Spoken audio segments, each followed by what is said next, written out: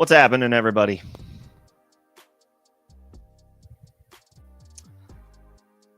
Happy Thursday. Welcome to another episode of Face Mask Fantasy. We've got Dolphins-Bills tonight. Taking you right up to kickoff. I'll do a generic overview, as always, of Thursday Night Football. Just some general thoughts on players going in that game. Some obvious starts, some guys that you may potentially be starting, and then suggestions to leave on your bench. Of course, the latest round of injury updates and practice reports, we'll go over those as well. That may go a long way, or at least help a little bit in sorting out your start-sit questions ahead of the weekend. And then any thoughts or questions you guys have leading up to the game itself.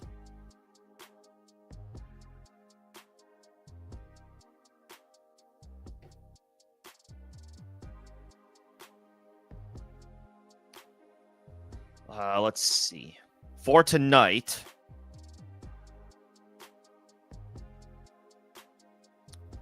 I think the only player that was on the injury report was Jalen Waddle. And from what I last saw, he is expected to play, working through a shoulder injury.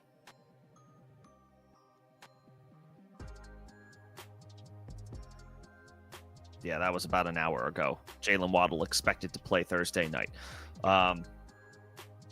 So Miami will have one of their key pieces on offense available to them against the Buffalo Bills. I'm not necessarily sure that matters much for them as far as their chances to win the game, but you never know. That's why we go take the field, and that's why we play. Just because a matchup looks lopsided doesn't mean it'll finish that way, even though the Bills are looking like a strong favorite to just handle their business tonight against the 0-2 Dolphins. Nevertheless, for fantasy purposes, you already know what you're doing with Josh Allen, Devon Achane, James Cook, and probably Tyreek Hill. They're all guys that are obvious starts in your lineup. Tyreek may be a little less obvious. However, he did have 6 catches for over 100 yards last week, so he got on track going up against the Bills team where the Dolphins are nearly 2 touchdown underdogs. I believe the last I saw, the Bills are about 12.5-point favorites. So if that holds, Miami's going to have to throw the ball some more if they want to have any chance of keeping this game close against a high-powered Bills team and a much better Bills team. So that puts Tyreek basically in must-start territory. But obviously, when you have a volatile team like the Miami Dolphins, it's not necessarily a guarantee that you need to fire up any one of these guys. That being said, Devon Achane, is a top 7 back until further notice, at least for fantasy purposes. So Allen is in your starting lineup. Devon Achane is in your starting lineup. James Cook is in your starting lineup. All he is the RB1 through 2 weeks this season. So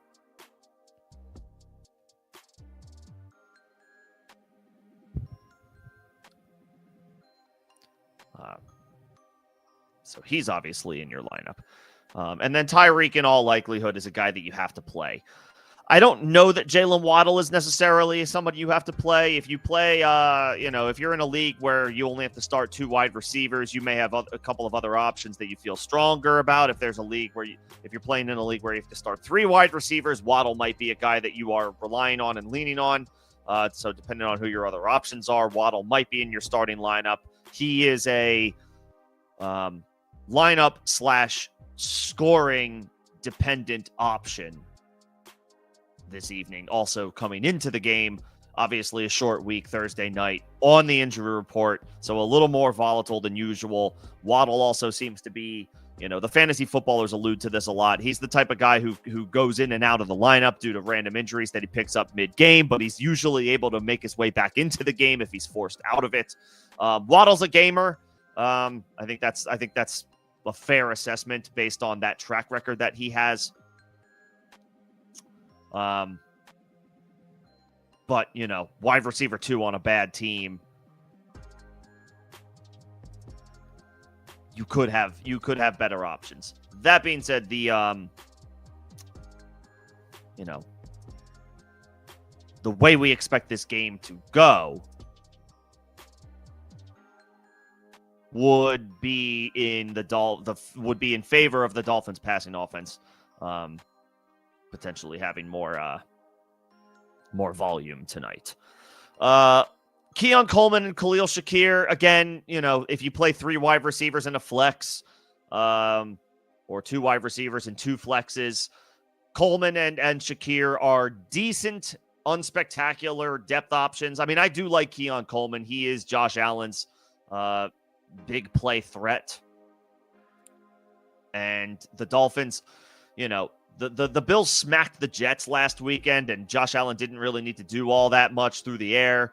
The Dolphins offense, for all the issues that Miami has as a team, their offense is better top to bottom than the Jets offense is. So the Dolphins are a greater threat to score some points tonight, I would say, than the Jets were this past Sunday.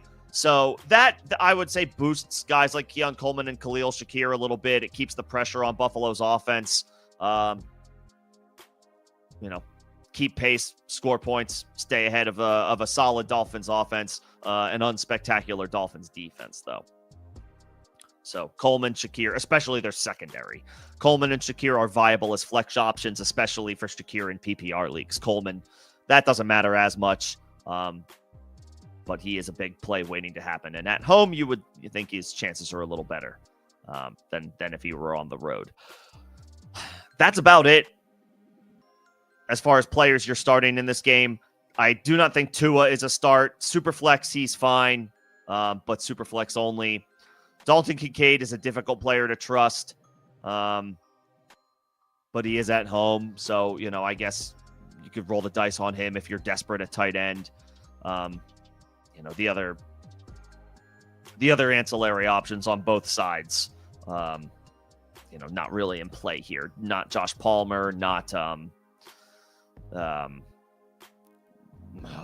Malik Washington for the Dolphins, any of the Dolphins backup running backs. I think Jalen Wright may return tonight. I don't know that that's necessarily confirmed. He's not on the fantasy radar. Neither is Ollie Gordon. It's pretty much Allen, James Cook, Devon Achane, Tyreek Hill, and then if you play 3 wide receivers, possibly Jaden Waddle. That's about where it ends. Okay, so those are my overall thoughts on Thursday Night Football for tonight. If you have options going into tonight's game,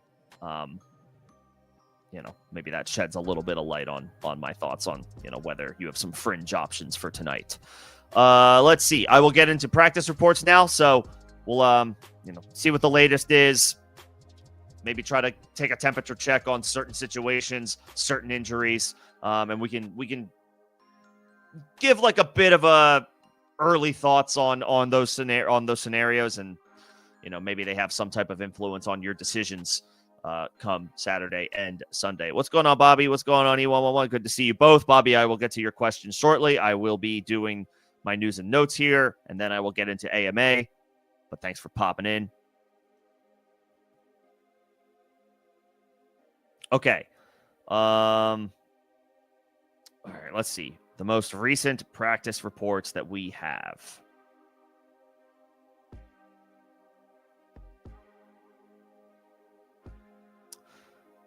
Let's see. Commanders will err on the side of caution with Jaden Daniels for week 3. We know this. He did not practice today. It was said by Dan Quinn yesterday that Daniels wouldn't practice until Friday at the earliest. So him not practicing today is no surprise. Assuming they will actually err on the side of caution, I would not be surprised to see Jaden Daniels sit this week and for Marcus Mariota to take over for at least 1 week. Washington hosts the Las Vegas Raiders. Mariota is, on the deep streaming radar and nothing more. 14, 16-team leagues. A 14-team superflex, sure, fine. Even a 12-team superflex, honestly, with all of the injuries, Mariota's on the radar, but not in 1 quarterback leagues. This is a big one. The Tampa Bay Buccaneers are dealing with a lot of injuries along their offensive line. Cody Mock, their starting guard, I think he's their starting left guard, suffered a season-ending knee injury in week 2. He was placed on injured reserve. They're banged up. The Tampa is down both of their starting tackles and now one of their starting guards. So they only have two of their original starting five at present. Does Tampa Bay for this week 3 game against the Jets, and then for at least probably week 4 as well. So could be a little rough sledding for the Bucs. Just maintaining some consistency on offense. I mean, when you have three starters out on your offensive line, that's a big deal. It hurts when your starting left tackle is out, but to have him out and 2 other pieces, that's a bit of a tough hill to climb. So Baker's more on the, again, low-end QB1 radar as opposed to a slam dunk QB1. Bucky Irving, you're not taking out of your lineup, but it could be a little tougher for him up front than what we normally expect from this offense. And then, pass protection, that can impact the receivers as well. Mike Evans, Emeka Egbuka, who also is not practicing, by the way. So this Bucs offense is severely banged up. They do get a bit of a break playing the Jets this week, who will be without Justin Fields and will be rocking with Tyrod Taylor on the road. But Tampa's got some offensive line issues that they're going to have to sort out for at least the next couple of weeks, and in the case of Mock, for the rest of the season. Just mentioned Egbuka not participating in practice Thursday. I've seen some conflicting reports that he was available. He was not practicing in the media available portion of practice, but he might have practiced in a separate portion. So I'll look to see if I can find some additional confirmation on that. But it looks like Emeka Egbuka was officially listed as a did not participate in practice on Thursday. So regardless, Friday will be incredibly important for the rookie wide receiver. If he's not able to practice, that would put his ability to play in serious doubt, especially as a rookie. When you miss a whole week of practice, you generally don't play. We're maybe looking at a 10 to 15% chance that he suits up. So if you have Egbuka, nothing has been determined quite yet. Nothing is official quite yet, but we probably want to start getting alternate plans cooked up in the event that he cannot go.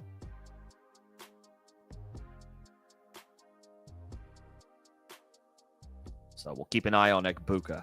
Tyler Warren participated in practice on Thursday. I think he was limited yesterday, so he is on track to play. No issues there for the Colts starting tight end. Josh Downs fully practiced today, so that's a good sign for his return. He is not really on the fantasy radar right now outside of deeper leagues. Tyler Warren is I think, stealing a lot of opportunities from Josh Downs through 2 weeks. Josh Downs is a good player, but not really fantasy relevant right now outside of deeper leagues that start 3 wide receivers. I mentioned Egbuka did not practice, but Chris Godwin was limited in practice for the second straight day on Thursday. I think this was his trend last week. Godwin practiced in a limited fashion a couple times last week. He ultimately did not play, though. The timeline that we continuously have received on Chris Godwin is week 5. The Bucs, however, did not. That would have, been the timeline that makes sense for putting a player on injured reserve. If you know definitively they're not going to play for the first 4 weeks, you can put them on injured reserve, designate them to return for week 5, and use that roster spot on a healthy player. Tampa did not do that. They opted to carry Chris Godwin on the 53-man roster, even though his timeline to return has never wavered off of week 5. The fact that he's practicing is a good sign. I think we're more right now along the lines of he's not going to play this week. But obviously we will see if anything changes as far as Godwin's timeline to return. Tucker Kraft was officially limited in practice today. He suffered a minor knee injury. It was initially an injury scare, but just a short time ago, I think it was both Ian Rappaport and Adam Schefter confirmed that he is fine. It was just that. It was just a scare. Nothing major, nothing serious. Kraft should be okay. I don't know if it's too early to tell one way or another if his availability for week 3 is in any type of danger after this knee injury, but the initial reaction sounds like we're okay. We dodged a bullet. But obviously, we will keep an eye on that. Ladd McConkey did not practice yesterday with a biceps injury. I'll go ahead and chalk that one up to the Chargers played a late Monday Night Football game in Week 2, and they're getting their star young wide receiver some rest. He did return to practice today. I can only imagine Ladd is fine. This was just a way to give him an extra day rest coming off of a Monday night game. So no issues with Ladd McConkey. Xavier Worthy and Jalen Royals both limited in practice on Thursday for Kansas City. We're expecting still a multi-week absence for Xavier Worthy. I don't know that we can necessarily expect him to return from a dislocated shoulder after just 2 weeks. This happened last week where he returned to practice in a limited fashion, but he ultimately did not play in Week 2. We'll see if he can course correct and play Week 3, but that is not the timeline that we initially received. So, I don't know that we necessarily are banking on Xavier Worthy playing this week. Isaiah Likely limited in practice on Thursday, so that's a good sign for his availability. Maybe not necessarily this week, but soon. We're getting a closer than not return to the field for Isaiah Likely, which is a good sign. The Ravens need him. Maybe Mark Andrews needs him. Mark Andrews has not been good through 2 weeks. Maybe getting Isaiah Likely back will actually help Mark Andrews. Who knows? But, the Ravens are certainly going to be excited to get their young tight end back sooner than later. Dallas Goedert and Will Shipley both limited in practice for the Eagles on Thursday. So Philly might be getting their starting tight end back this week. We'll see about Shipley.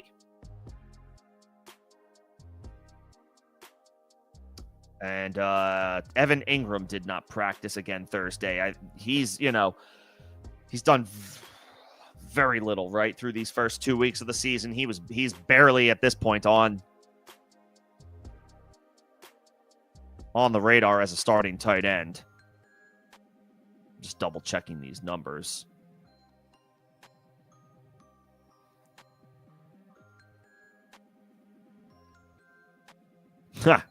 Yeah. Week 1, 3 catches, 21 yards on 4 targets. And then last week, 1 catch for 12 yards. It's been a bad start to the season for Evan Ingram. He's going up against a very good Chargers defense this week, even if he is able to go. And the Broncos have been a little lackluster this year thus far on both sides of the ball. So I don't know that I necessarily trust Evan Ingram, even if he is healthy. I'd probably be looking for alternate options.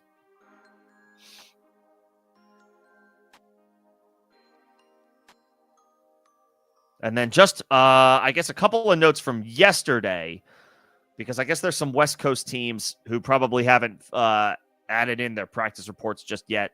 I know Zach Charbonnet did not practice yesterday, so we'll see if he gets in a practice run today. Seattle notoriously sends their practice reports out pretty late in the evening, Wednesdays and Thursdays.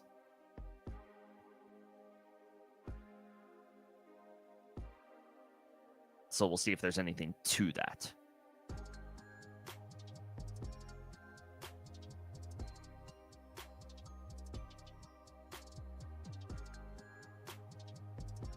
So we'll keep an eye on Charbonnet. Because he would be flex worthy this weekend going up against a New Orleans Saints team where Seattle's playing them at home. And they're 6.5, 7 point favorites. So, we can take even backup running backs in those or depth running backs in those scenarios and plug them in as flex plays. They absolutely are and can be viable.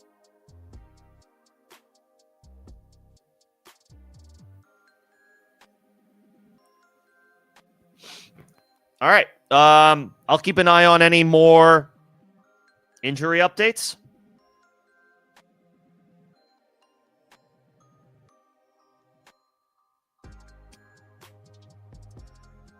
But in the meantime, I think we can move to questions and comments. As always, first of all, appreciate everybody coming and hanging out today. Special shout out to the members. You already know. I think I shouted out the folks that I've seen. If you are a member, that is a way to get your question answered out of turn. and in priority order. That is a perk of being a member of the channel. Regardless of when you send your question, it will be answered ahead of others. If you send a super or a gift, that would also be a line jumper and a way to get your question answered in priority order. If you are not a member and you do not send a super, but you have a question, that is okay. I will get to it, perhaps not in the same depth as I do members and supers, but I will answer your question. I just ask for some patience as I work through member questions, both existing and still to come. Whether you are a member or not, if you are enjoying the stream, the dialogue, the conversation, all that good stuff, I just ask that you like the stream. That helps me out for algorithm purposes. Thank you in advance. Let's get to it. So Bobby doesn't have anybody going tonight, but did start 0-2. So, I guess just like a temperature check, so to speak. Quarterbacks are Love and Bryce Young. I think you can drop Bryce Young for anything, any running back or wide receiver that's on the wire, and just rock with Jordan Love for now. What's the Packers bye week? Need to look that up. It doesn't actually. They do have an early bye. I'm remembering this now. I think the Packers have a bye week coming up in a couple of weeks, maybe week 5, week 6 at the latest. I think the Packers have an early bye. Nevertheless, in those two in these 2 weeks, Bobby, like between week 3 and week 4, I don't care how well Bryce Young plays this week. There's not probably going to be a scenario where in week 4 I suggest starting Bryce Young over Jordan Love, especially because I'm pretty sure the Packers' week 4 opponent is Dallas, and Dallas has a bad defense and a good offense. That's a great recipe for lots of points to be scored. So just drop Bryce Young. We'll deal with who you need to play in place of Love for his bye week when it's his bye week. And Bryce Young has not done enough to warrant holding in leagues that only start one quarterback. I don't care who's on the wire. I don't just pick your favorite running back or wide receiver and just drop Young to pick them up, whoever that is. But the rest of this is fine. Like to turn things around, and it's early. 0-2 is not necessarily a bad thing. You might have been one incorrect lineup decision away from being 1-1 or even 2-0. I don't know if your matches were close or if they were blowouts, but regardless, the fantasy playoffs don't start until week 15 in most leagues. Some in week 16, but mostly week 15. I would hope it's week 15. You're fine. 0-2 stinks, but it's not like you have a hodgepodge collection of guys on your roster because either from poor drafting or a bunch of injuries. That's not the case. You have good options here. I wouldn't worry about it too much. Obviously, your wide receiver depth is there's a little bit of a hit because you're waiting on Rashee Rice and you're not going to have him for another 5 games. But we knew that when we drafted him. We were drafting him as a stash, tread water for the early portion of the season, and then make your run in the second half when he comes back. This is fine. Yeah, you're fine. There's a lot of talent here. Yeah, there's a lot of talent here. We'll be okay. And then as far as start sit goes, it's those three running backs and Tet McMillan. That's where I'm going. Sutton, I still like Cortland Sutton, but he did have a down game this past week. Let's ride the hot hand. Tet McMillan is off to a really strong start, so he can be your starting wide receiver. Pittman could be fine, but I don't know who the Colts' number 1 weapon is in the passing game. I know who the Carolina Panthers' number 1 weapon is in the passing game, and that's Tet McMillan. When it's so definitive, that's the guy I want to play. I want to play McMillan. So give me Tet as your starting wide receiver, and then start those 3 running backs. Yeah.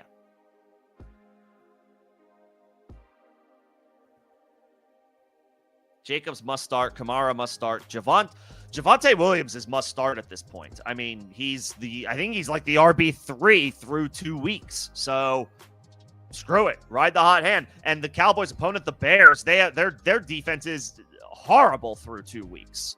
Maybe that's a little harsh because it's just 2 games, but they gave up 50 points to the Lions, the Ben Johnson-less Lions. Obviously, the Lions still have good weapons, but you're an NFL team. You're an NFL defense. I don't care who you're playing. If you give up 50 points, that's embarrassing. The Bears defense right now is bad. Play your players that are playing the Chicago Bears. So yeah, Javonte is about as damn near a must start as there is at the running back position this week.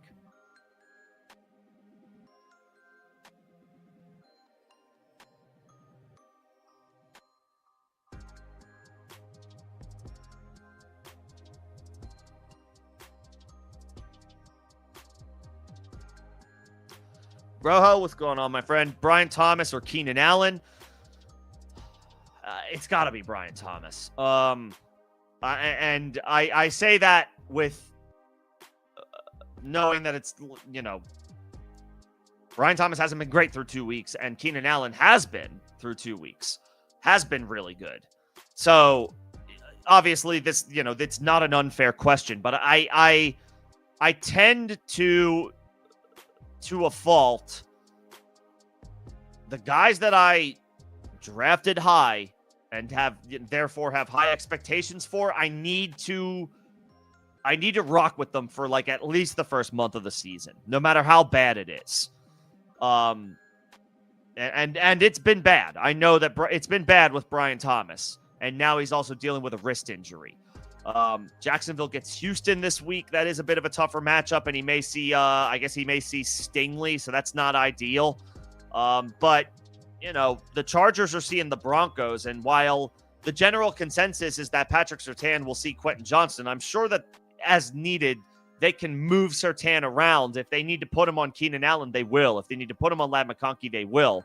Surtain's not a slot corner. He's a boundary corner for sure. So, maybe it is primarily going to be Quentin Johnston, but he's good enough where if it's like, yo, we need you to cover this guy, he'll go do it.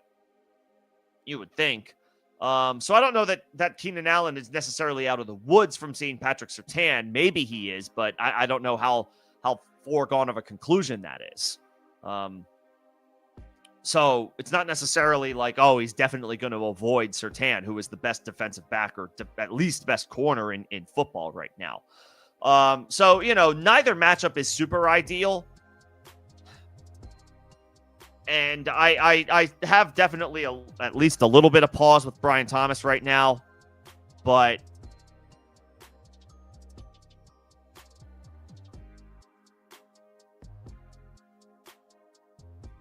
I think we have to take one more shot with Brian Thomas. I get wanting to get Keenan Allen into your lineup.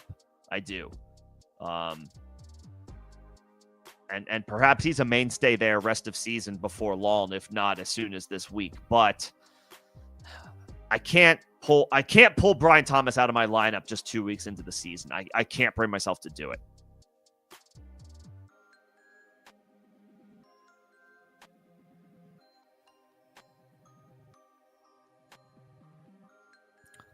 So, yeah, slight edge to Brian Thomas. It is close, though. Let's see. Full PPR, 6-point passing touchdowns.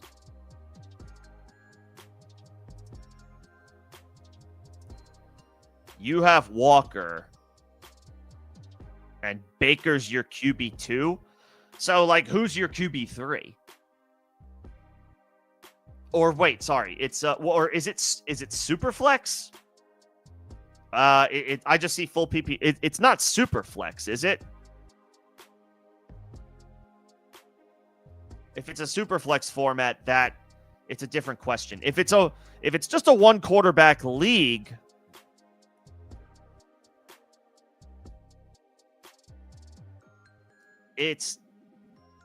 Baker still has pretty good value, but if he's just wasting away on your bench and you can get a handcuff, that's not a bad thing. I would maybe try to expand that a little bit more. I don't know who your QB1 is. But if Baker's your QB2, then does that mean your QB1 is either Allen or Lamar or, I can't imagine if you have Jaden Daniels, you don't want to trade Baker Mayfield right now because you would probably start Baker this week, assuming Jaden Daniels can't go. So it's like, it depends on. All right, Lamar is your quarterback. So you don't need Baker Mayfield. And when is the Ravens bye week? Look, it's in week 7. I don't really care. Okay, so you'd be what? You'd be holding Baker for just to get to week 7 to play him, and then if all goes well, then you don't need him again. So I'm definitely on board with trading Baker. I mean, on one hand, you're trading from a position of strength, so you should be able to sit and wait until a deal comes to you that you like. But on the other hand, teams know that you don't need him, so they may try to lowball you. I would probably try to expand that deal to get, maybe you throw in the last running back or wide receiver on your bench and try to get another additional back or receiver in return that you maybe like a little bit more. Because, there's a lot of questions when it comes to a trade, right? Why does this person in your league want Baker? Do they have Burrow? Do they have JJ McCarthy or Justin Fields or somebody else who's injured and they really need a quarterback? Is this they just like Baker or they want Baker as a QB2 to protect their QB1? What's their situation? And when you know definitively what their situation is, then you can kind of go from there. If this person had Joe Burrow, then they're trying to trade for a quarterback from a place of almost desperation. They lost their guy probably for the season, and they're looking to fill that gap with a permanent fix. So if that's the case, you could take advantage a little bit more and say, I need a little bit more than that for me to give you your QB1. But if they have, a Jordan Love or a Justin Fields who is hurt now but is going to come back before long, or somebody else who's currently available to play for them who's not hurt, then, they may want Baker, but they may not feel the need to give up a better piece than Zach Charbonnet because they still have a healthy quarterback. He has Kyler.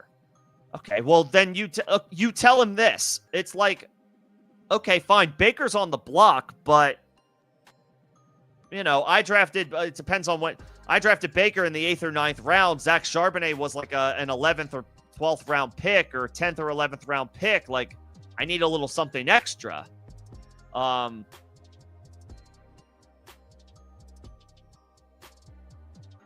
It depends on what they have as well. It depends on their other options. Charbonnet is an RB3 or 4 right now. Baker's a low-end QB1.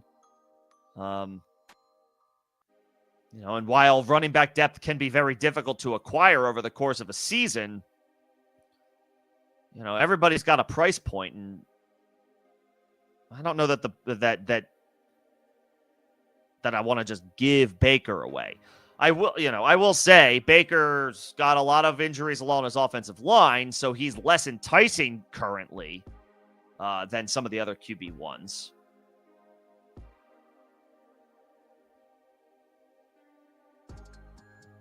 I guess I would say, let me know who your other running backs are, and we can go from there. How badly do you need to handcuff with Kenneth Walker? Let me know your other running back options. And then in the meantime, I'll get to a couple of Bobby's questions. Chargers or Colts this week and rest of season? I mean, the Colts this week, because they're playing Tennessee, that's a worse offense than the Chargers are playing the Broncos. So it's the Colts this week. But for the season, it might be the Chargers. Their defense looks really good. This is just a tougher matchup for them this week. So I would say Colts this week, Chargers rest of season. But if you need to play this week, it would be Indianapolis against Cam Ward and Tennessee. Bobby, I'm a little perplexed by this question. Neither of these Devontae Smith should not be on waivers. So you have a very impatient, knee-jerk league mate if someone's dropping Devontae Smith. Pick up Devontae Smith. I don't care who you have to drop. Dontavian Wicks, I think you mentioned. Drop Dontavian Wicks and pick up Devontae Smith, like without question. Without question. That's insane. That's I'm almost offended by that. Like not by the questioner, but like, why is Devontae Smith on waivers? That's ludicrous. I don't care how bad the Eagles' passing game has been through 2 weeks. Devontae Smith should be on a roster. So yes, add him to your roster. Yes. Yeah, do that. Yes. Bryce Young. Yes. Get him out of there. Add Devontae Smith. No, like without a fraction of like a second of a thought, without any hesitation whatsoever. Yeah, that's crazy. Take advantage of the volatility. Take advantage of the volatility. Like that's great. Take advantage of impatient league mates, 100%. Let their knee-jerk reactions be your long-term gain. 100%. That's crazy. I wouldn't play, now that being said, Bobby, I wouldn't play Devontae Smith over somebody like Tet McMillan, but you're going to have a loaded collection of talent to work with for the next 13 weeks, and there will be weeks where Devontae Smith gets in that lineup for you. Whether it's injury or somebody starts to fall off after a hot start, which we always see. I don't know who it's going to be, but somebody always falls off eventually. There's always players that get off to a hot start and then they fade. And then likewise, there's players that get off to slow starts and they get hot. Devontae Smith could absolutely be in that category, the latter category. Like, okay, off to a slow start, not too much to write home about the first couple of weeks, but we know he's awesome. We know he's going to get going. He should be on a roster. Actually, yes. Go ahead and drop Wicks for Jerry Jeudy while you're at it. Yes, 100%. Yes, Wicks has an increased opportunity with the Packers, but he's not better than Jerry Jeudy. Jerry Jeudy's situation with the Browns is volatile, but right now Joe Flacco is still the starting quarterback, and Jerry Jeudy is the wide receiver 1 for Cleveland. Like, he should be on a roster.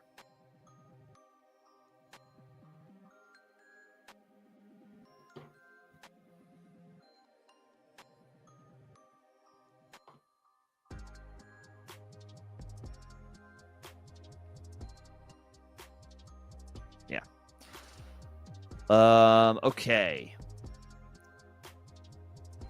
And then really quickly, Connor, Walker, Montgomery, and Hunt. Okay, so you could use the running back. You could use Charbonnet. This is a collection of running backs where it's like, okay, yeah, I would take some more running back help. Here's what I would do. I would offer Baker and maybe like I don't know how complicated I want this to get. Depending on who his other running backs are, though, I might be willing to say, like, would you do Baker plus Kareem Hunt for maybe the next best running back on their bench? If they say no and they still say Baker for Charbonnet, I think I'm okay.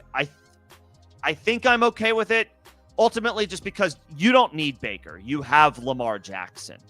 So that your league mate doesn't necessarily need Baker either, but let that lineup situation become his problem and not yours.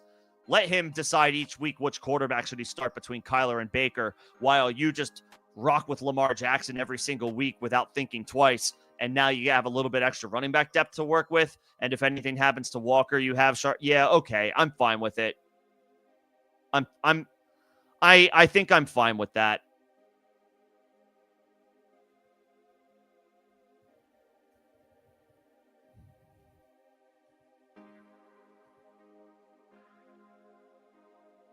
Like the Tampa Bay Bucks will get healthy, but right now they're not. And honestly, it's kind of a moot point for you because you have Lamar. And outside of the bye week, ideally, in theory, you don't need another quarterback.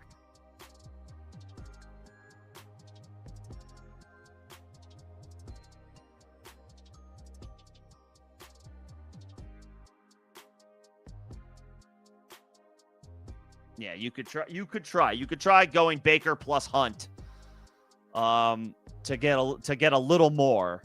And just, if anybody says anything about Hunt, just be like, look, Pacheco has been terrible. I mean, here at least Hunt is, in the mix.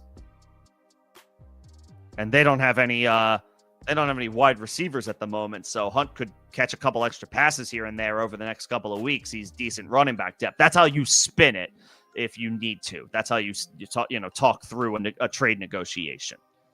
Yeah. I would try to do Baker and Hunt to get a little extra, maybe Charbonnet plus something else. But I am, you could use some extra running back depth. So I'm okay with moving Baker for something like Charbonnet. If you can get a little extra, that would be good. Okay. Let's see. Going back up to the top. Pick one between Tyreek, Pearsall, and Terry McLaurin. Not Terry. He's probably not even going to have Jaden Daniels this week, and Marcus Mariota. Marcus Mariota, respectfully, is like one of the worst quarterbacks in the NFL. Sorry, but he is. I don't want to play any receivers that have to catch the ball from Marcus Mariota. It's Tyreek. I would just play Tyreek. The Dolphins are 2 touchdown underdogs. That means, they're going to be throwing in this game, even if they have a lead early on. I would say that's unlikely, but even if they happen to get a lead early on, they're going to have to still throw the ball because you have to keep pace with the Bills. And if they're trailing, which is expected based on the line and what Vegas thinks, they're going to be thrown in that situation as well. The answer is Tyreek. And then as far as Mason versus Pollard, Mason is a slam dunk for me this week. He is an auto. He's an auto start. No Aaron Jones. Good matchup at home against the Cincinnati Bengals. Mason's going to get all the work. Carson Wentz he was signed, right at the end of training camp? So he's barely been there for more than a few weeks. They're going to run the football. Minnesota's going to run the football this week, and they're going to run it with Jordan Mason. And with no Aaron Jones, he's an RB1 as far as projections go. Yeah, Tyreek and Mason. And Tyreek obviously a little volatile, but he's the guy to go with. Mason is definitively, for me, the running back to go with. And then between Daniel Jones and Patrick Mahomes, I mean, are we really? I can't. I know Danny Dimes has been good, but he is on the road. I'm just playing devil's advocate because right now Danny Dimes is the bee's knees, and everybody's gassing him up, and rightfully so. He's been very good through these first couple of games. Week 1, they played Miami. Miami might be one of the worst teams in the league. Not might be, they are. They're one of the worst teams in the league right now. And then they played the Denver Broncos. That was a more impressive showing. It was a home game, but it was an impressive showing, and Jones played well. Now they're going on the road in the division. Tennessee's not great, but it's still a division game. Mahomes, on the other hand, goes to MetLife to play the Giants. The Chiefs are 0-2. they're obviously desperate to get off the schneid because they have, most Super Bowl teams with Super Bowl aspirations are not going to be feeling super good about themselves if they start the year 0-2. So I don't know. This feels like even though the Chiefs' offense is depleted, this feels like a get-right spot for them.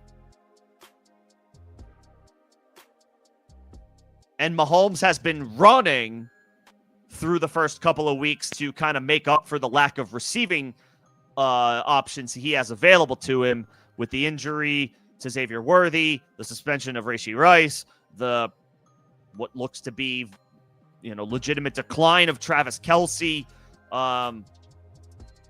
We're down to Hollywood Brown and Tyquan Thornton, and Mahomes running.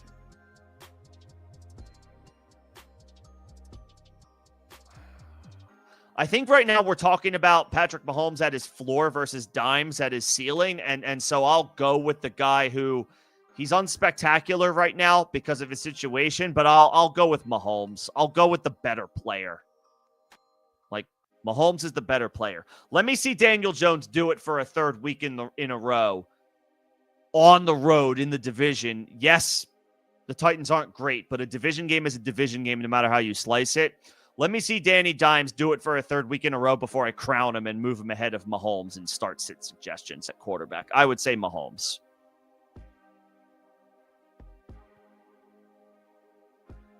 Bobby, I missed this question. That's not a lot of fob left. I mean, see, this is where it gets tricky.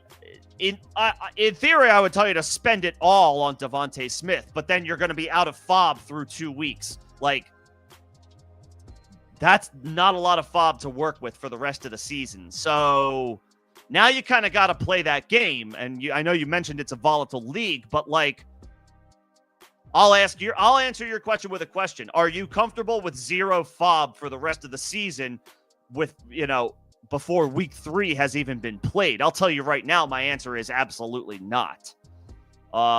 So not all of it. Keep some of it. I mean, I would tell you to pick up, honestly, I would tell you to probably spend like $20-25 on Devontae Smith and then not make any more fob pickups for like at least a month. Like, we need to kind of reel it in a little bit here. We got to reel in the spending a little bit here. You need to save some in the event that you absolutely need it later on in the season. And yeah, I get it on one hand. You need to win games now to make the rest of the season count. But you don't want to have a situation where it's like week 5 or week 6 and you've picked up an injury and there's a guy on waivers that could really help you out, but you have no fob to play with to go get him. I would say spend $20 to $25 on Devontae Smith and then don't touch your fob for the next like month and a half. Seriously, that's not hyperbole. Like, we got to save some fob. It's only week 2.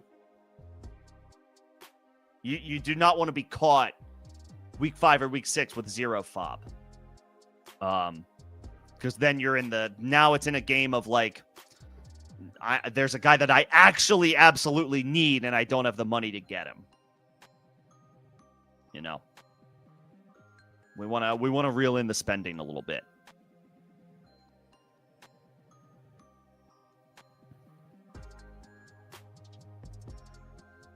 If you can. And I think you can, because you have a good team. I'm not trying to be rude about this. Like, you have a good squad. So, like, hang on to the fob bucks, because you may need that later. You have a good squad.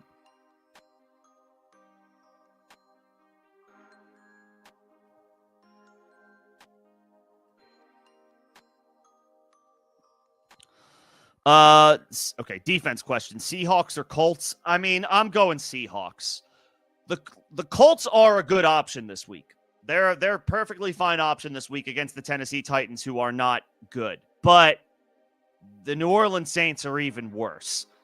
And Seattle's at home. They are touchdown favorites over a bad New Orleans team. Saints got to go on the road for the first time and go play outside. In they don't have the cushy comfort of the Superdome to play with. They're going to be outside in Seattle. Seattle's got a good pass rush. Give me the Seahawks. The Seahawks are They're like a top 3 option for me this week. It's probably like Green Bay, Seattle, Buffalo, Atlanta, and then maybe and then honestly maybe Indianapolis, because I do want to target the Titans' offense. But I'll take Seattle this week. Like, they're touchdown favorites against the Saints at home. I'll take Seattle.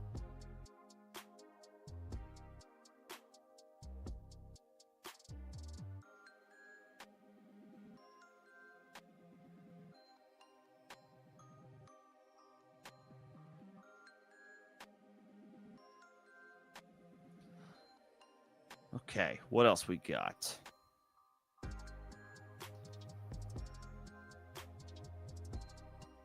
What running back would I want to stash this week? Corum, I guess. Corum seems to be getting goal line opportunities with the Rams. Kyron Williams is still seeing most of the work, as he should. They just paid him this offseason to be their bell cow, but Corum looks better this year than he did last year. He's got a role on offense. He's gotten more involved. The Rams have a good offense. You know, you want players attached to good offenses generally. I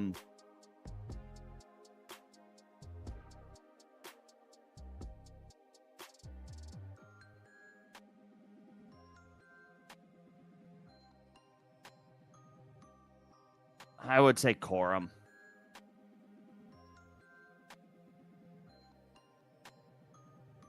Yeah, I would say Corum.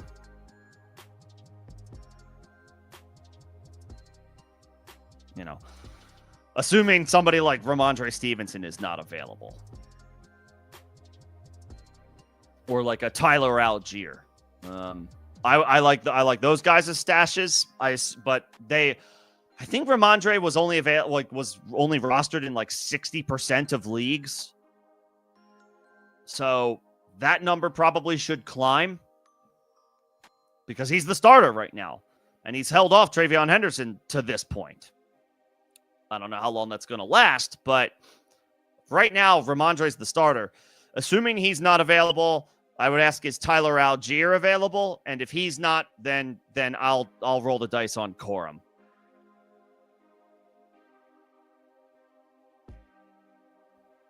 You know, he's in a decent situation, in a good offense in LA. And there it is. Jalen Waddle is officially active versus the Bills tonight. So we could get some, we could have some fireworks tonight. We could have some points scored.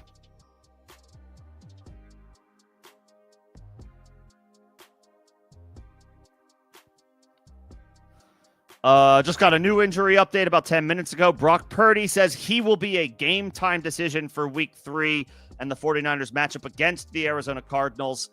Brock Purdy, toe injury, shoulder injury, both injuries combined forced him out,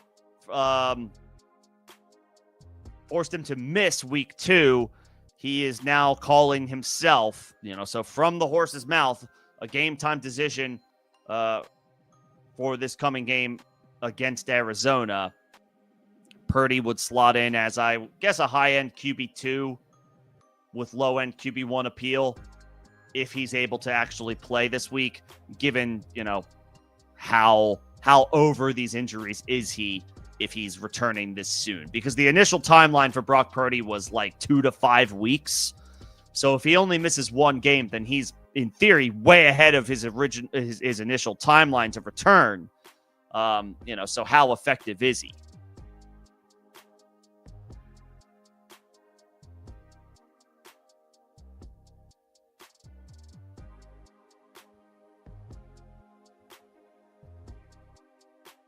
So, Brock Purdy, a game-time decision for the 49ers. That would elevate Jawan Jennings if he's able to go. That would elevate Ricky Pearsall. That would elevate Christian McCaffrey.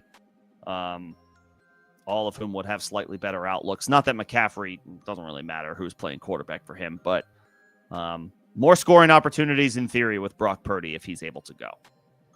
So, something to keep an eye on.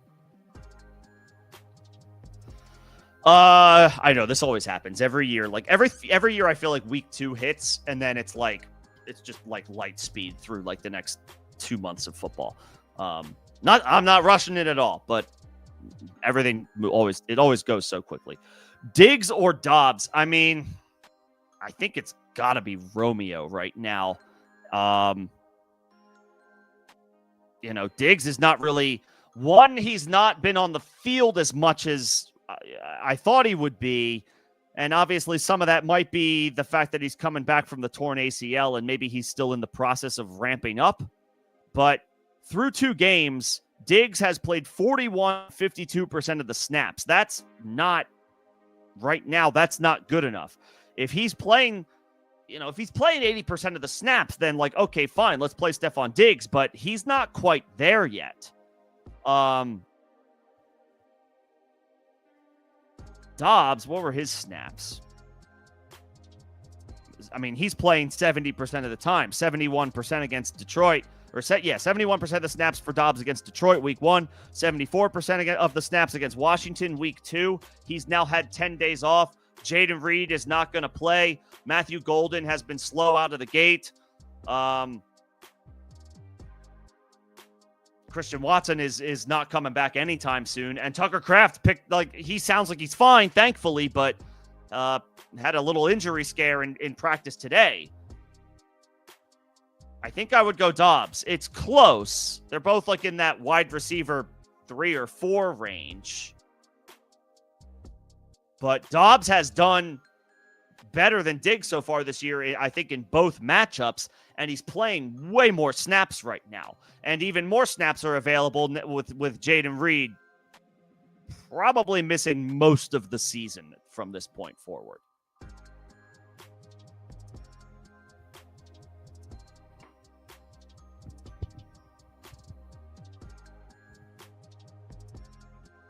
Dobbs. Worthy, we would need with Worthy, I would tell you, come back on Saturday or Sunday if you can for my start-sit streams then, when we have a little bit more definitive information. I'm assuming right now Worthy is not going to play, but we'll see if anything changes between now and kickoff.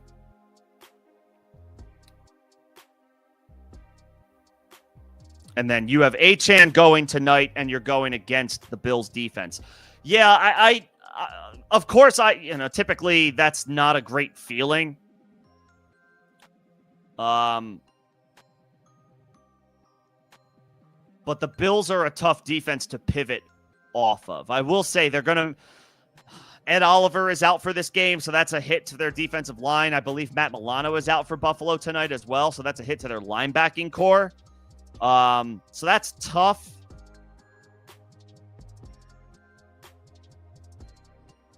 However, they are at home on a short week against an erratic team right now.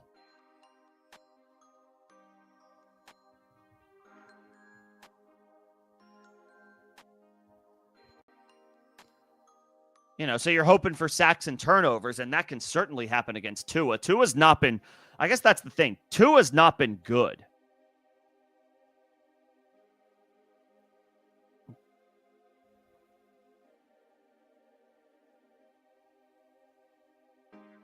Just taking a look at his numbers. Yeah, he had 2 interceptions week 1. He had another interception week 2. How many times he gets sacked?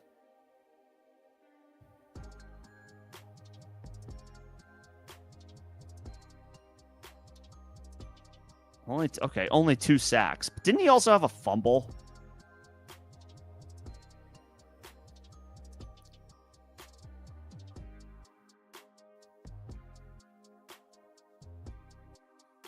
I mean, he's got 3 interceptions through 2 weeks.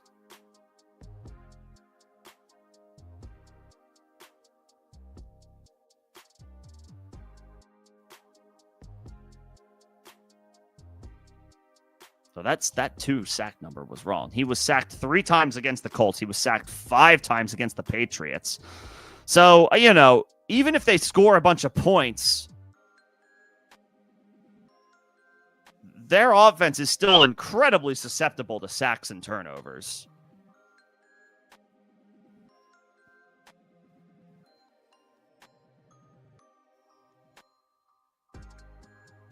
I think playing the Bills is okay. If you want to pivot to, if Seattle is still available, you can go with them.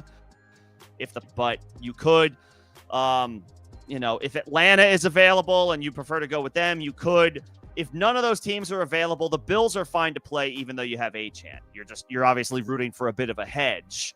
But if Achane does his thing and totals 100 yards from scrimmage and has a touchdown, but the Bills, sack Tua 2 or 3 times and turn him over a couple of times, then you're fine. Then you'll be okay. And I think just based on how things have gone so far this season, I think we can almost expect it, especially on a short week on the road.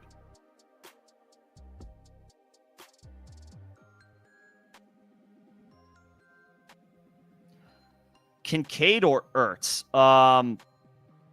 Obviously, the answer would be no doubt Ertz if Jaden Daniels was playing, but Jaden Daniels isn't playing. Or in all likelihood, he's not playing. Kincaid had a touchdown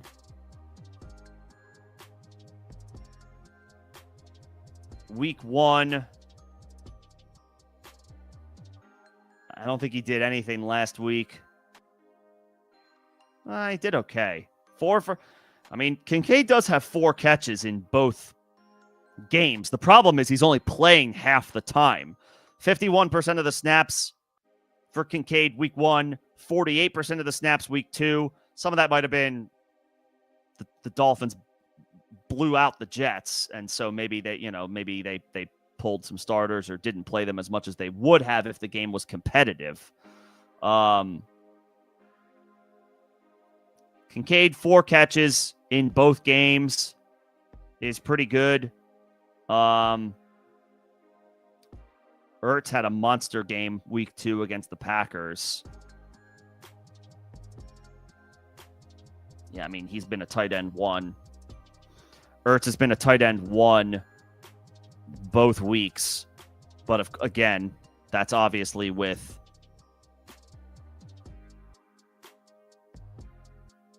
Jaden Daniels as his quarterback and not Marcus Mariota.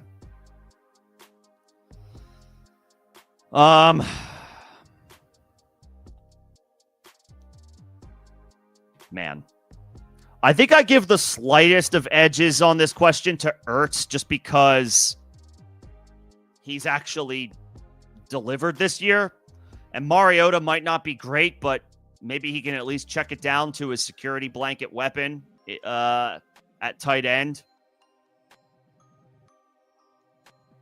I'll give the slightest of nods to Ertz because then at least you get to hold out hope that Jaden Daniels does in fact play. He hasn't officially been ruled out yet. So I guess that's the thing.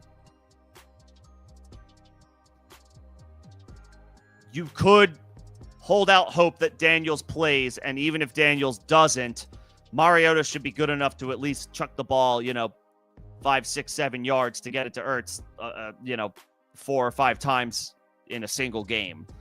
And you're just hoping for like a floor play. I will say Ertz, but it is close.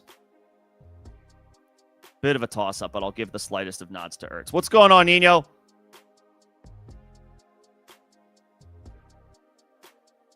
Good to see you.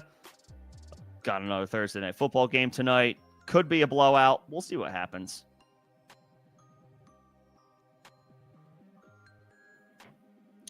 You got Coleman and Marv going in there right now, but would I consider Ja'Cory, Croskey-Merritt, or Ramondre over either? What's the scoring?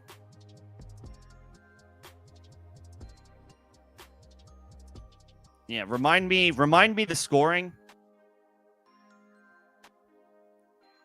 Croskey-Merritt is obviously, slated to be the lead back for Washington moving forward with the absence of Austin Eckler.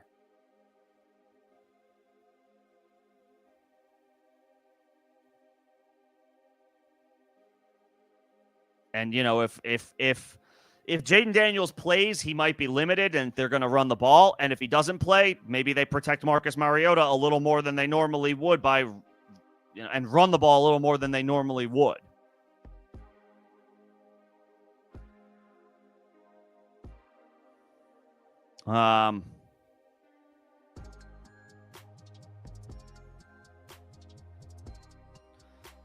I think I would play Croskey-Merritt.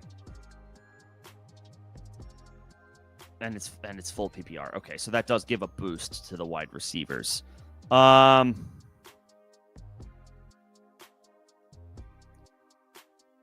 think you have to play Marv. And then it's basically between... I think you have to play Marv and hope for the best, and then it's between Croskey-Merritt and Keon Coleman tonight. I would say Croskey-Merritt, Nino, is your floor play. If you think you can play it safe and just like you're looking for the guy to give me 10 points, 8 to 10 points as a flex, then you could go Croskey-Merritt. If you want to swing for the fences, it's a little bit more boom bust. But if you think you need some upside in your matchup, then maybe that's Keon Coleman.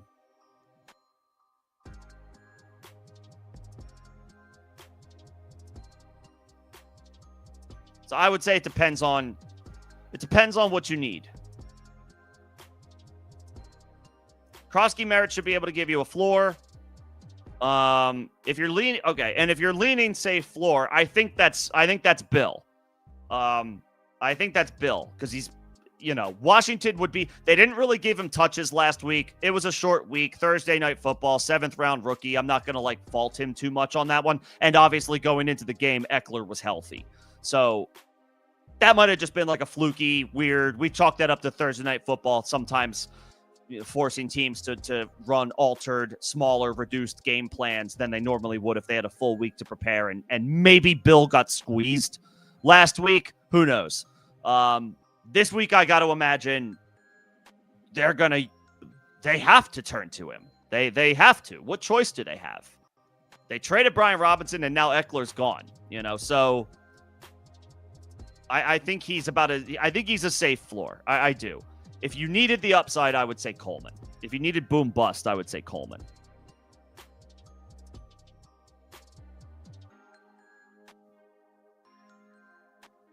Yeah. And then, Ramondre, just to he is a little bit more enticing in full PPR. It's just, is Pittsburgh's defense gonna hold him in check? Even though they did give up a lot of points to Seattle's offense last week at home. I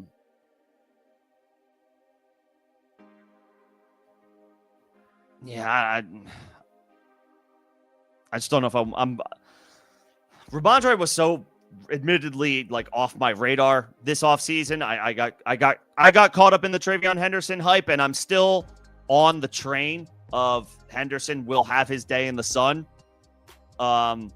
It's taking a little longer than, probably should have taken a step back and realized it's not going to, or remember it's not, when I say it's not going to happen right away, it's it's not going to happen the first couple weeks of the season. So Ramondre is still in play there.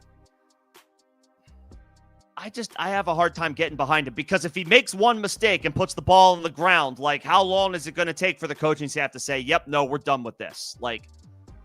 And Ramondre has a history of ball security issues. That's why he's not just some, this is not just painting with a broad brush. Of course, any running back that fumbles is going to increase their odds of being put on the bench.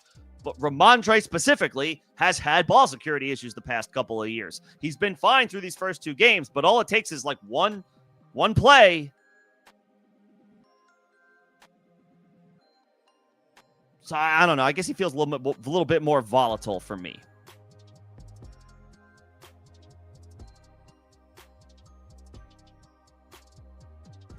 But in full PPR, he is viable. He just doesn't get me. He doesn't get me excited. I don't know. I just don't get. I'm not getting hype to play Ramondre Stevenson. Maybe that's shame on me, but that's just how I feel right now. What would I add to Egbuka to get Brian Thomas in Dynasty? Have you made the trade offer? Because, and I'm not, have you offered the 1-for-1 straight up? Like, obviously, anybody who's ranking Egbuka ahead of Brian Thomas in Dynasty right now that's just a knee-jerk reaction. But are we sure that there aren't people out there that are already doing that? This is what happens. We play the game, things take place on the field, and then after 2 weeks, we can see people make drastic differences to how they view players than they maybe did a month ago with just a 2-week sample size. Have you offered the trade 1-for-1 straight up?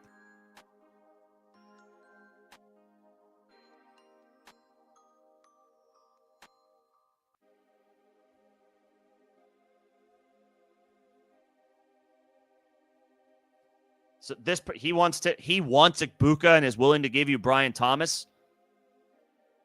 I mean, see if he's willing to do it straight up.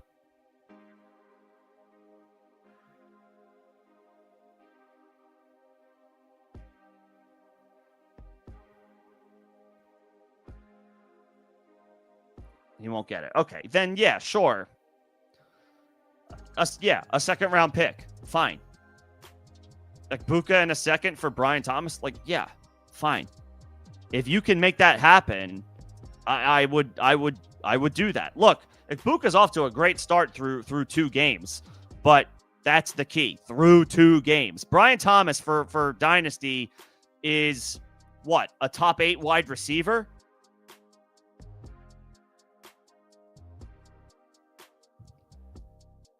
Yeah, Egbuka in a second for Brian Thomas? Sure. Fine. Just keep in mind, it's Dynasty. Brian Thomas is off to a slow start. Questions are going to come up. Is it a sophomore slump? Or, what's going on with the Jags offense? Will Brian Thomas get it going? Will he turn it around? I personally think he will because he's awesome. And the usage is there. He had 12 targets last week. A lot of them were... it didn't turn into production, but he had 12 targets. The volume is there. He is still earning targets. He's still earning a lot of volume. Why do you earn a lot of volume? Because you are a kick-ass player. That's what Brian Thomas is. So yeah, Egbuka's off to a great 2 games, off to a great start. If I can get Brian Thomas for Egbuka in a second, I would do that.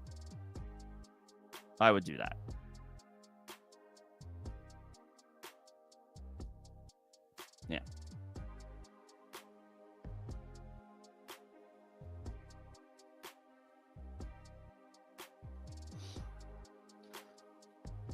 Yeah, I mean, as far as Croskey-Merritt goes, it's just, and he looked great week 1. We have 10 for 80. He had 10 for 80 week 1. It was against the Giants, but doesn't matter. He was a 7th round rookie. It was his first career game. He did better than I think every other rookie that week, except for maybe Dylan Sampson, who had a nice receiving game week 1. Yeah, they need him. So it's fair to say, I'm not ready to go full steam ahead on him yet because we still need to see it. Yeah, that's the point. We still need to see it become real. We see NFL teams do this type of stuff all the time where they get cute with their running back rotation and they rotate in, these boring incumbent veterans, but they trust them and they rely on them because they're NFL vets and they've been around the block and they've done this before. Whereas Croskey-Merritt is still just getting his feet wet, even though he is far and away the most tantalizing option, most high upside option they have in the backfield. But coaches, they often lean on veterans, even boring veterans, when we least want them to. So I just need to see it become real before it's yes, full steam ahead on Jacory Croskey-Merritt, because none of us can sit here definitively yet, unfortunately, and say, yeah, he's definitely getting 70% of the snaps and 60% of the opportunities. Should he? Yeah, maybe. Will he week 3? I hope so. But we got to see. But it's a good call. He looks good. You would think that they're going to unleash him, but we got to see it become real.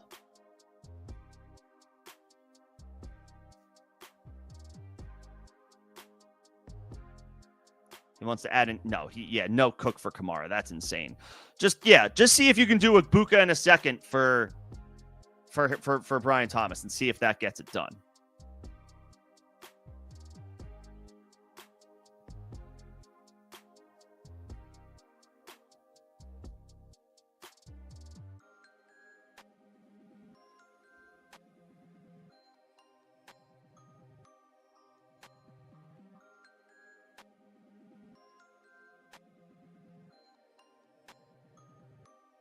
Let's see. We got a trade. Don, I see your question, but I gotta get to Bobby first as a member questions popped up. So sit tight.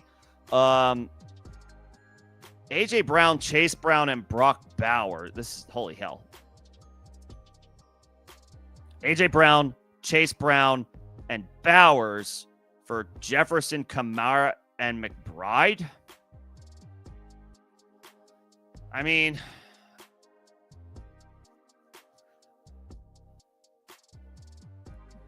I'll take Jefferson slightly over A.J. Brown right now. Maybe a little more than slightly.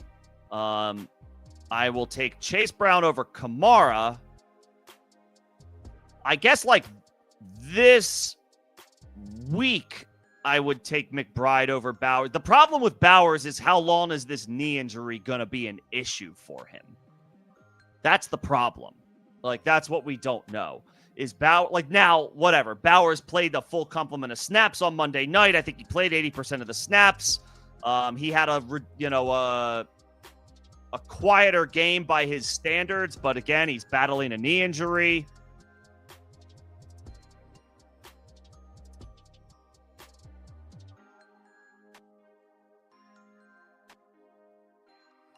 AJ off to a really bad start, but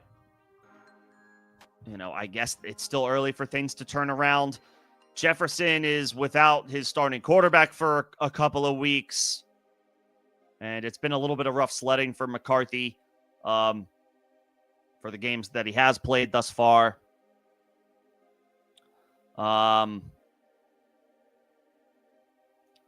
Chase Brown and Kamara. I mean, obviously Burrow's down for the count.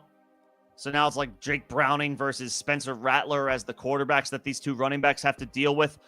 For me, Chase Brown is years younger than Kamara, and like I typically want to bet on youth at the running back position. Obviously talent, no question, but like,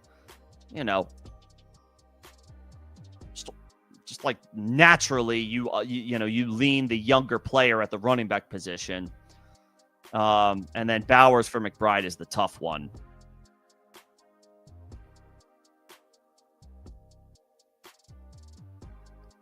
I may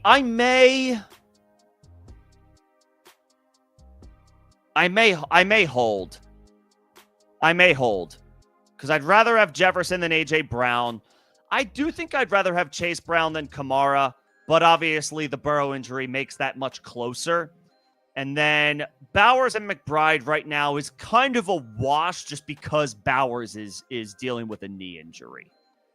So I might hold for now. I almost said I would do this, but then I thought for a split second I was like, wait, hang on. I'd rather have Jefferson than A.J. Brown, even though his quarterback situation is a little less than ideal. Because right now, A.J. Brown's not in an ideal situation either. The Eagles' offense doesn't look good.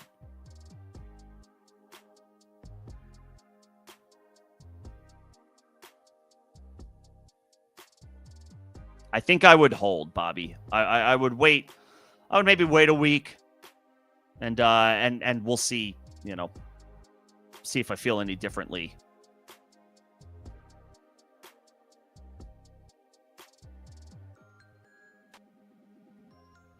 See if I feel any differently, like in the coming weeks. What's going on, Jay? Good to see you.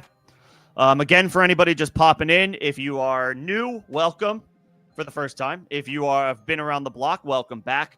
I will get to member questions first. That is a perk of being a member of the channel.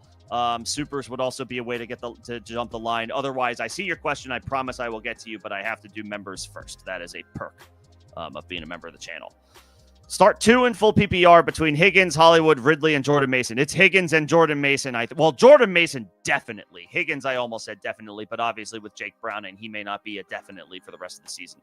Jordan Mason needs to be in all lineups as far as I'm concerned. He's a top, I would say he's a top 10 option at running back this week. Unless you're absolutely loaded at running back, Jordan Mason is a top play this week. Top 10 option, maybe even higher than that, to be honest. Mason for sure. And then I think, Higgins is obviously a little less appealing because of the backup quarterback. But I can't play Calvin Ridley or Marquise Brown over him. I can't. We are lowering expectations for T. Higgins, but at least he's still a really good individual player. And so I'll, in full PPR, I'll go with the best receiver of the bunch. And Higgins is tiers higher than Hollywood Brown and Calvin Ridley. So give me Mason and give me Higgins. We are family. Becoming a member. Appreciate that. Appreciate the channel support. Thank you for signing on, joining on as a member. You will now get questions answered in priority order. Thank you. Thank you for the support. But yeah, Jay, Jordan Mason and T. Higgins definitively. And then full PPR, but between Caleb and Daniel Jones. Daniel Jones has been playing better than Caleb Williams this year, but Caleb does go up against the Dallas Cowboys this week. And I think that's a home game for the Bears. Dallas's defense is beatable through the air. Chicago's defense is beatable. And Dallas has a great offense. So I would imagine the Cowboys are going to score a lot of points. The onus is going to be on Caleb to keep pace. Keep pace with the Cowboys and take advantage of the good matchup and score a lot of points at home, in theory, where he should be more comfortable, in theory. Caleb's not been good this year. He's not off to a great start. He's in a new offense. A Ben Johnson-led offense comes with high expectations based on how he has done the past couple of years as Detroit's offensive coordinator. Chicago doesn't have the plethora of talent and weapons that Detroit does. Chicago does not have that, that collection of depth and talent. And Jared Goff is a better NFL quarterback than Caleb Williams. Caleb might be the flashier, more exciting, tantalizing option at quarterback because he'll run and he can, make big plays on the run. But Goff is the more he's the better NFL quarterback right now. So, this is going to take some time before we see the Bears theoretically firing on all cylinders on offense. And then, of course, Caleb has to be good. He's got to, not only learn the new system, but he needs to be able to excel in it. And so far through 2 games, he hasn't. This would be an opportunity for him to prove that he can do this. It's a good matchup against the Dallas Cowboys defense that can be beaten, and the onus is going to be on the Bears offense to score points because Dallas has they have a dangerous offense.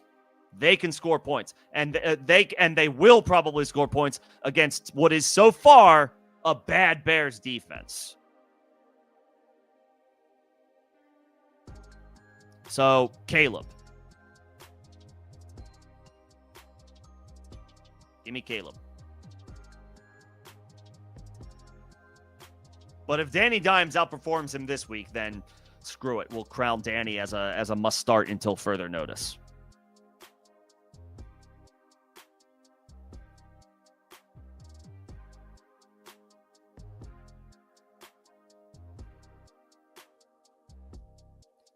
You dealt Mason right before to get Kenneth Walker. Yeah, that hurts a little bit right now. Because Aaron Jones is going to be on the shelf for at least a month, and Mason is going to be the dude for them, whereas Walker is going to continue to split work with Charbonnet. I understand why you did it. Walker's a starter, and at the time of the trade, Mason was the backup. But we're gonna get the full Jordan Mason experience for at least the next month.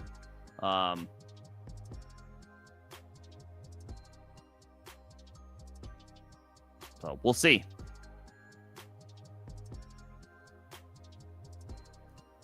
Okay, back up to where I left off. This was a start-sit question here. 2 running backs, 2 wide receivers, 2 flex in half PPR. Tyreek, you're playing tonight. And then lots of running back options. Chase Brown is one of your running backs. Javonte is one of your running backs. Kenneth Walker at home against the New Orleans Saints is one of your running it can be in a flex spot or running back spot, whatever. Chase Brown, Javonte, Kenneth Walker are all starters for me.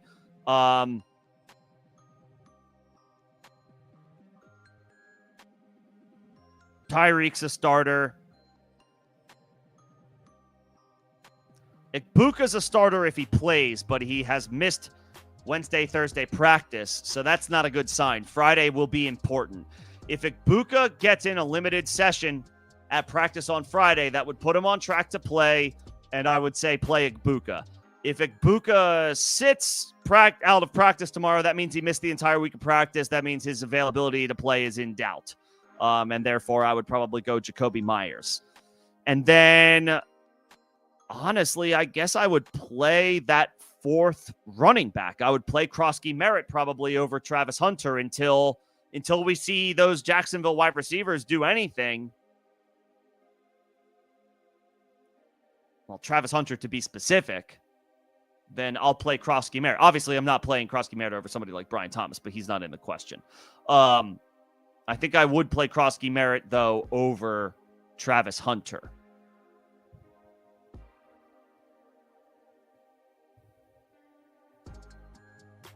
Yeah. So your 2 wide receivers are Tyreek tonight, Igbuka if he goes, Jakobi Meyers if Igbuka sits, and then the 4 running backs. Chase Brown, Javonte, Kenneth Walker, Croskey-Merritt is where I would go.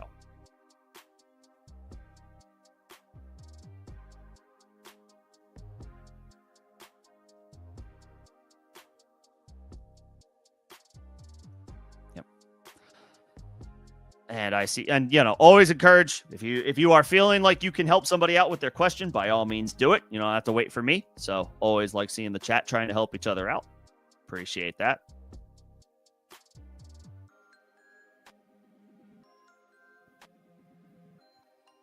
Let's see. I think this is where I'm at. I don't think I missed any questions, but if I did, or if you want me to circle back on anything you maybe asked about earlier, just let me know. We got about a half hour until kickoff here, so plenty of time to work through questions before Bills-Dolphins starts. Pick 2 PPR flex spots: Waddle, Moore, Walker. So the full PPR obviously gives the slight boost to the wide receivers.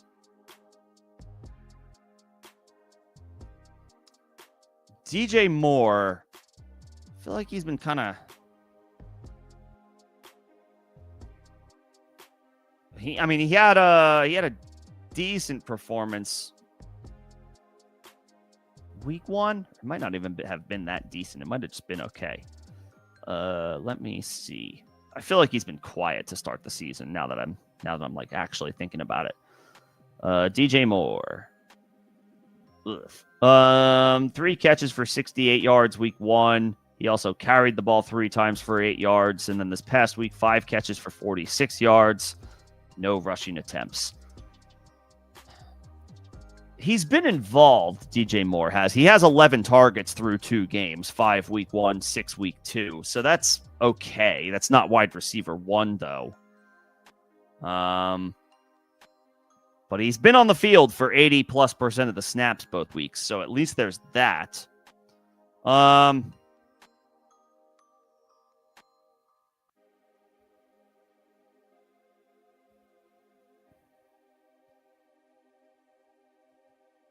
And then Waddle, obviously, tonight against the Bills. Probably in the wide receiver 3-ish range.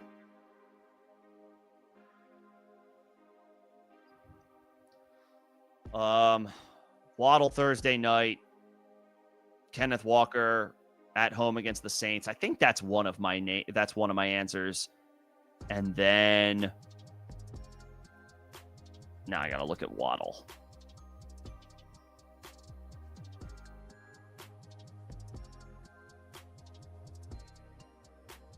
Okay, 5 for 68 and a touchdown last week, 4 for 30 week 1.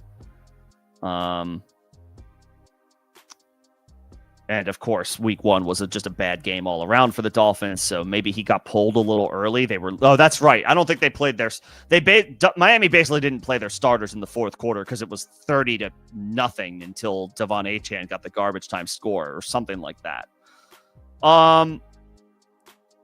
Waddle and Walker, I guess. Let's see DJ Moore do literally anything before at least Waddle had a wide receiver 2 week last week with the touchdown. And again, the Dolphins are almost 2 touchdown underdogs in this game. They have to throw the football. Waddle is active. He's playing. Miami needs to be aggressive throwing the ball if they want any shot of keeping this game close. I'll say Waddle and Kenneth Walker. It is definitely fair to be worried about Waddle's health on a play-per-play basis, but he also has a high tendency of coming back into the game when he has to exit due to injury. He's a rare case of oh crap, he's hurt, but but he's Jalen Waddle. He usually comes back at some point. So, he's volatile for sure, but in full PPR in a game where the Dolphins are 2 touchdown underdogs, I think that's an okay roll of the dice. If you don't want to play the Thursday Night Football player, then DJ Moore is fine, but I think Waddle has done a little bit more than DJ Moore through the first 2 weeks.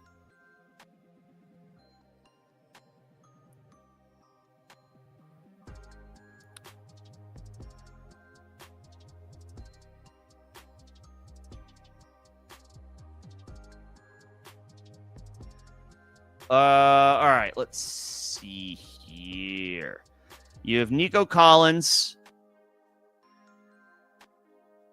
We're playing Keenan Allen. Okay, we're doing this. We're playing Keenan Allen over. Well, Xavier Worthy might not play. And even if he does play, he just suffered a dislocated shoulder 2 weeks ago. So, how effective would he even be? Keenan Allen has been awesome through 2 weeks. I'll take, and so is Justin Herbert. I'll take Keenan Allen regardless of if Xavier Worthy plays or not, and definitely over Deebo Samuel, who is going to have to be dealing with, in all likelihood, Marcus Mariota at quarterback. So Keenan Allen for sure. And then Dak is a quarterback that I would play over Mahomes for sure. I mean, unlike Mahomes, Dak has his weapons. And it's a great matchup. Chicago's defense has been awful through 2 games. They've been really bad. They looked okay for a little while against J.J. McCarthy week 1, but then he got him for 3 touchdowns in the fourth quarter, and then the Lions, after that, hauling a 50-burger on him. So I'll play Keenan Allen. I'll play Keenan Allen over Deebo, over Worthy, even if Worthy plays. And I'll take Dak over Mahomes. Yep. Yeah. And Bears Cowboys should be high scoring.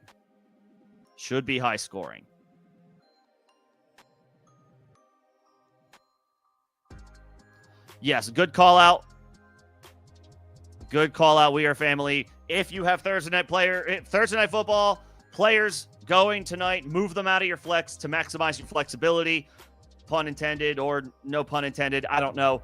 Doesn't matter. If you have a running back starting tonight, put them in a running back spot. If you have a wide receiver going tonight, put them in a wide receiver spot. Leave that flex spot open Injuries can and do happen when we least expect them. Maintain your flexibility as best you can. Put your Thursday night starters in position spots, not flex spots. It's a good call out. Oh, and that's just always blanket statement. Thursday night football, move your players to their starting position, to their position spots, not flex spots.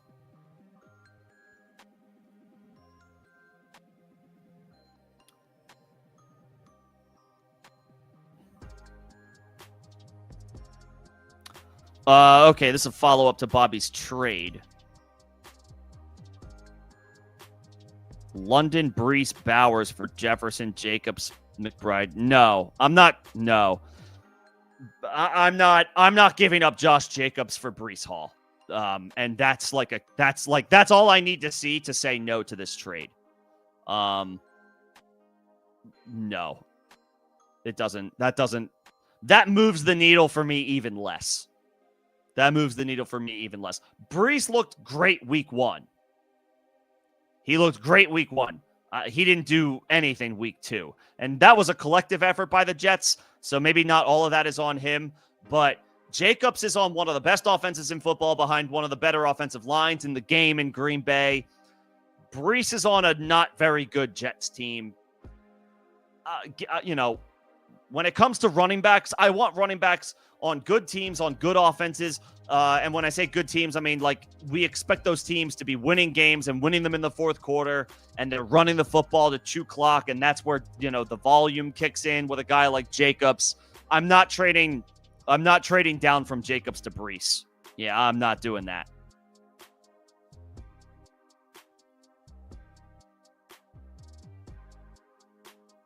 Yeah, keep your guys, Bobby. Keep your guys.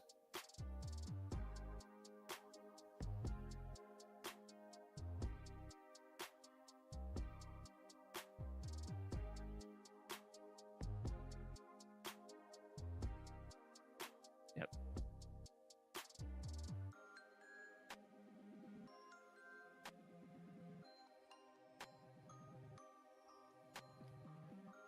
Okay, what else we got? We got about 20 minutes to kick off.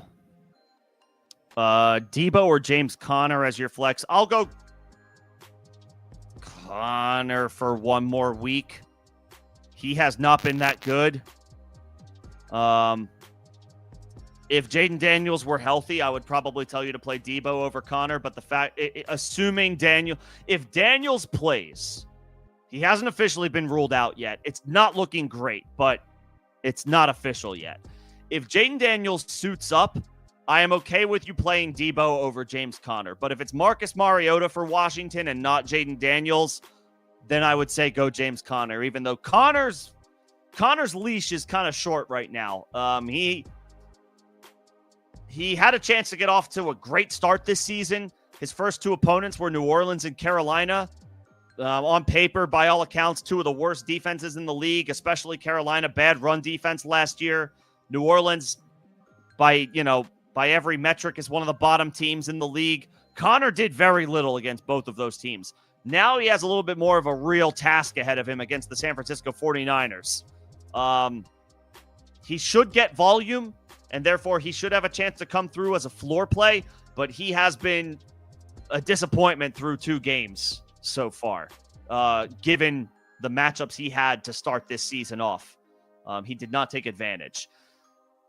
I will take Conner, but it's only because if Jaden Daniels sits. If Jaden Daniels happens to play, then I would probably play Debo.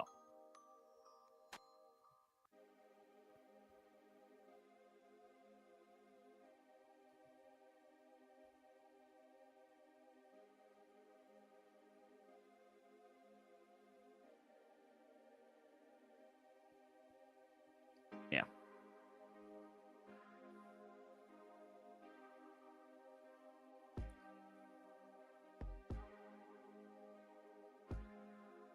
And it's a good idea to, if you have I have Justin Fields. I'm stashing him on IR. I didn't pick up Tyrod just because Fields will probably just miss 1 week and come back, but it's not a bad idea, to if there's not a clear option to pick up on waivers, then sure, just pick up the backup quarterback in case the injury is worse than we previously thought, which happens all the time in the NFL.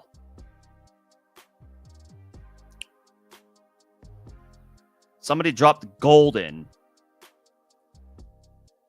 10 to 15%, I would say, of your FOB. Maybe more on the 15% side. I'm not giving up on Golden. He should be rostered. He should not be on waivers. He should be rostered. He was very close to hitting a big play last week. Jordan Love just missed him. He was open. The big plays will be there, and especially with Jaden Reed set to miss extended time. He had surgery on his clavicle and the turf toe. We're probably not looking at a return for Jaden Reed until December at the earliest. Like, Matthew Golden is gonna get involved on the Packers offense. He has to. They need him. I would say closer to 15% of your FOB to pick up Golden is fine with me. I'm totally fine with grabbing Golden.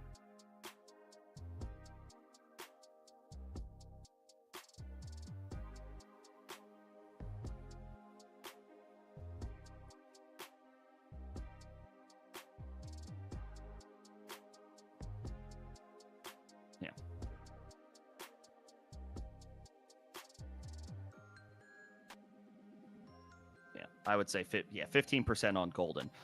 Really quick, 2 wide receivers in a flex. Sutton, Tyreek, Debo, Kupp, Dobbins, Pacheco. Not Pacheco. He's on the bench. He's not even on the bench. He's in the doghouse until further notice. I would go Tyreek tonight. I would go Sutton. Let's try Sutton another week. I know he had a bad week this past week, and Troy Franklin was the one who popped, but I'm willing to go back to the well with Sutton. And then probably Dobbins has a tough matchup against the Chargers, but it is a revenge game. Dobbins played for the Chargers just last year, so he's definitely got revenge on the mind. So there's that. I always like looking for those little motivators.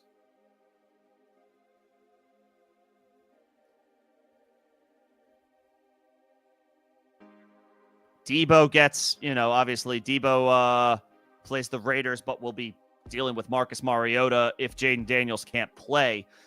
I will say go Tyreek tonight. I would say let's go Cortland Sutton. And then as your flex, I would go Dobbins if Jaden Daniels is out. But you could go Debo if Jaden Daniels is in. Maybe I just avoid that scenario altogether, because if Jaden Daniels plays, he might be limited. So maybe I just go Dobbins. And even though it's a tough matchup against the Chargers, just hope he comes through with some volume. I think that's where I would go.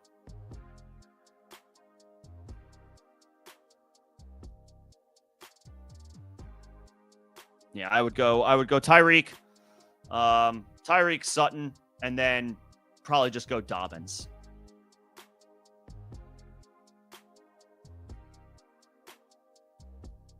Like Zach Ertz is a fine take a chance on at tight end with Marcus Mariota, but oh boy, it's hard to get behind the wide receivers. Like Terry might be a sit this week because he hasn't been doing anything, and Mariota, oh boy, he does not inspire a ton of confidence. Not for me anyway.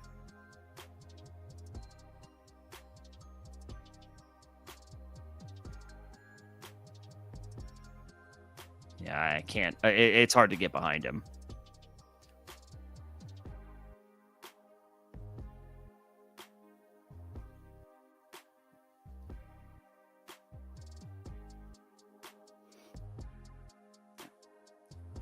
Do I feel Musgrave is worth adding? No, because the report is that the injury scare for Kraft was just that. It was just a scare. It wasn't anything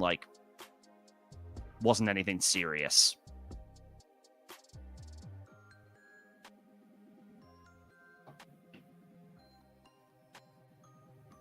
So I think you can ignore Musgrave. I think you can leave him on the wire. I mean, he's only an option.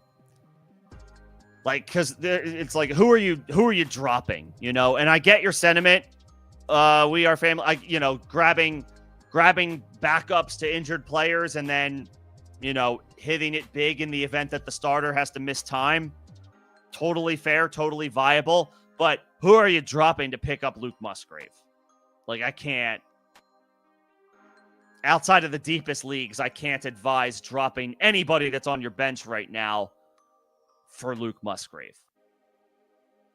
Like, even a really underperforming player, it's like, let's just give it another week or two before we completely cut ties. And Luke Musgrave's not the roll of the dice that I want to take the chance on.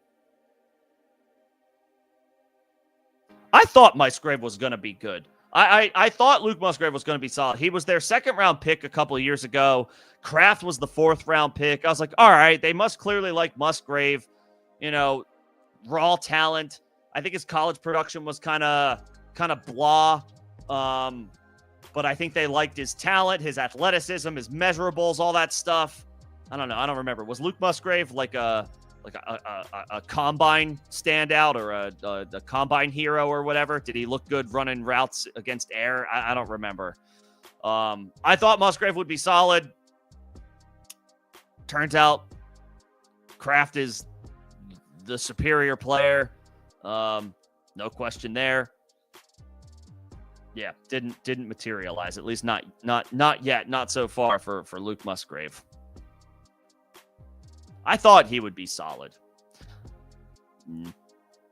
I don't know. Maybe he is. He made some nice plays his rookie year, but then injuries and inconsistency and Kraft passed him, and obviously the rest is history.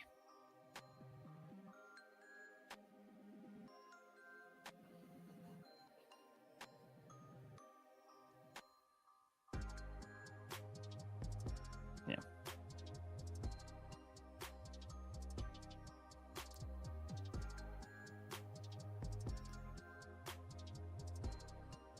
All right.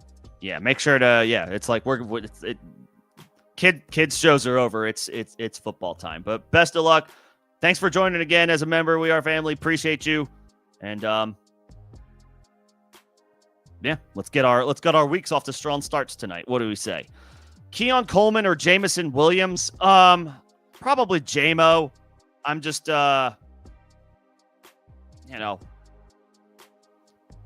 take a shot at big plays. Lions are getting the Ravens this week on the road. The Ravens are a high octane offense, well-oiled machine in general. Their defense could pose some problems for Detroit, but you would expect that the Lions, if the game goes the way we expect it to, which is the Ravens are at home, therefore we naturally expect them to handle their business. If they have a lead, Detroit will be throwing the ball a little bit more. JMO is a big play waiting to happen on any given play. Coleman looks like he's emerging into that role for the Bills. But I do think JMO is it's just like a more raw talented player than Keon Coleman.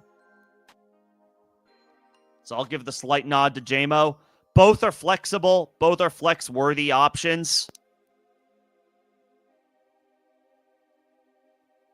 But I'll give the nod to JMO. I'll take him. I'll take him and his proven big playability in a game where the Lions are, they're going to have to be aggressive on offense on the road against the Baltimore Ravens. I'll take JMO.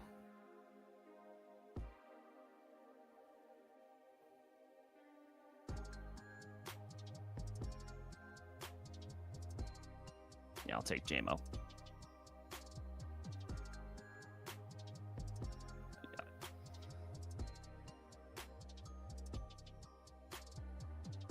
Let's see. Tyreek or Ladd, you can if you can only play both of these guys, I mean, I'm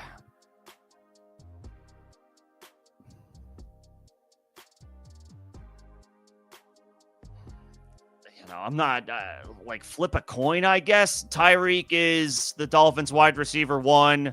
I'm pretty sure Ladd is still the Chargers wide receiver 1, but the production hasn't necessarily confirmed that through 2 games.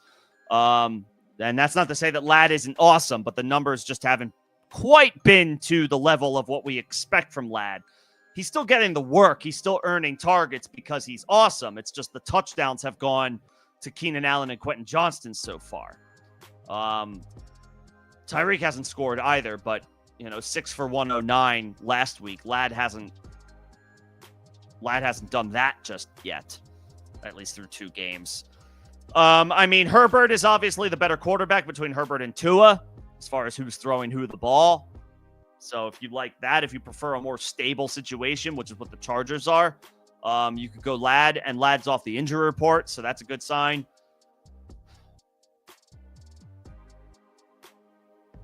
I guess I give I can't even it's hard to say bench Tyreek Hill, but I think I give the slightest of nods to Ladd.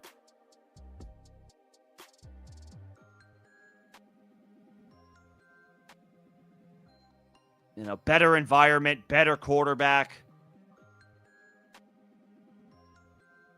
The touchdowns will swing in his direction. I think Tyreek will be good tonight. I do. And half PPR may actually be a little bit more in Tyreek's favor than Ladd's favor. If it's full PPR, that's more of a Ladd play. But, we drafted Ladd over Tyreek just a couple of weeks ago in our drafts, and Ladd hasn't been that bad. I think I slightly lean Ladd. That's tough. I think I give this, it's like a coin flip. I'll slightly lean Ladd. That's tough that you can't play both of them.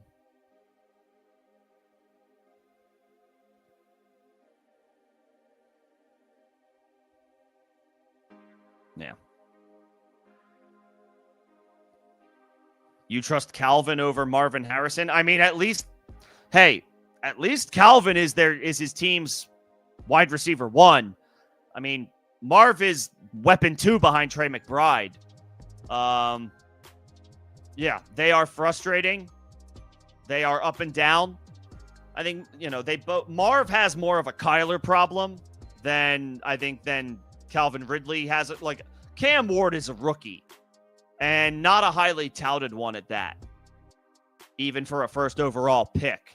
There was not been a lot of fanfare around Cam Ward just in general coming into the season.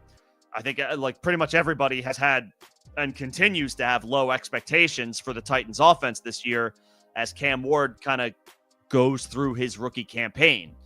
But at least there's hope and potential for him to improve and get better. Kyler is probably the most frustrating, decent quarterback in the NFL because he's not great. He hasn't taken that next level to stardom. He's not awful. He's high floor, low ceiling. He's kind of boring. He's not great at seeing the field. But he's been good enough. He's frustrating, so I get it. I would slightly rank Calvin Ridley over Marvin Harrison. Yeah, just because at least Calvin is the team's wide receiver 1, and you could say Alec Ayamanar is gunning for the number 1 opportunity in Tennessee, but for at least one more year, I'll take Calvin Ridley.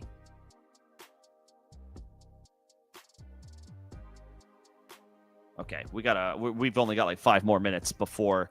Let me make sure I'm not hitting any start-sit questions or missing any start-sit questions that have anything to do with tonight.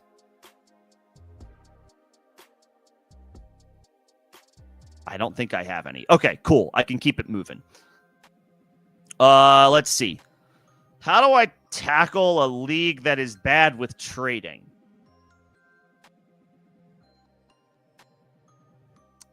Let's highlight the example here for a little bit better context.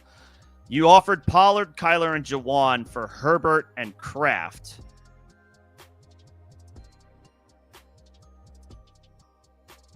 Yeah, that's a pretty good offer.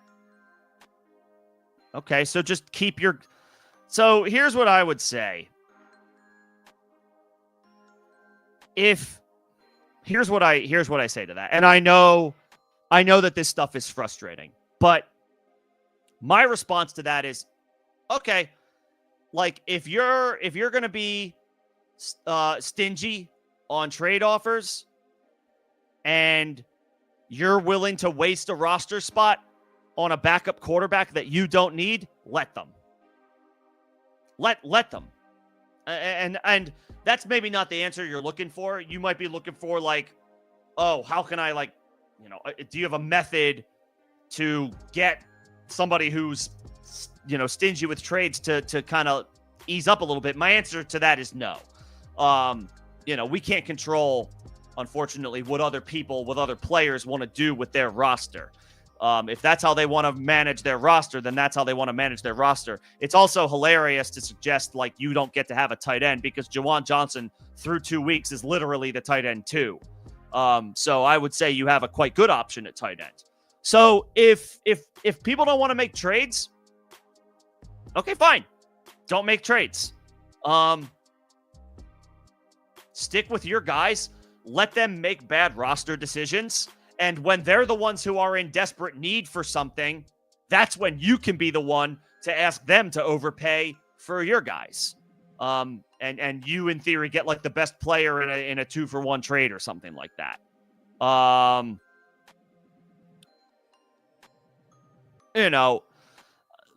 People have their own mindset and way of thinking and their own strategy. And for us, for a lot of people, it doesn't make sense. But if it makes sense to them, then that's, there's only so much that we can do about that. And if you want to play the battle of the words, which can also be fun, a little shit talking, a little trash talking, respond to her. Just be like, okay, fine. Enjoy never using Kyler. Like, enjoy never using Kyler and wasting a roster spot. Like, have fun Like, if she's going to say something like, you get no tight ends, like, okay, cool. Enjoy wasting a roster spot with Kyler when you're never going to use him. You can play the shit-talking game, That's totally fine.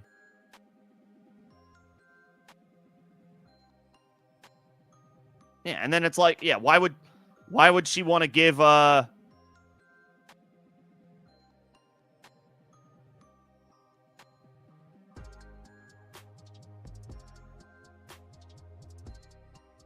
did I read that wrong? Kyler for her. I mean, okay. But sorry. I read that wrong. But the thought process still exists. Like, she shouldn't want a backup quarterback because she has Lamar. So I guess I get that sentiment. So when you said I offered, okay, never mind. I read that wrong.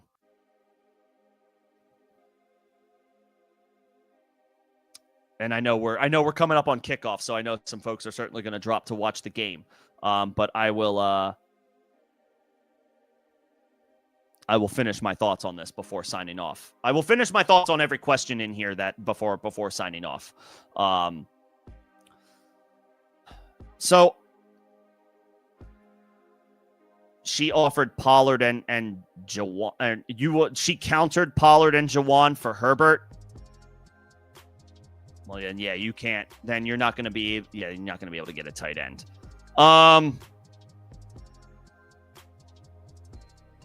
I say just keep your players. Just keep your players.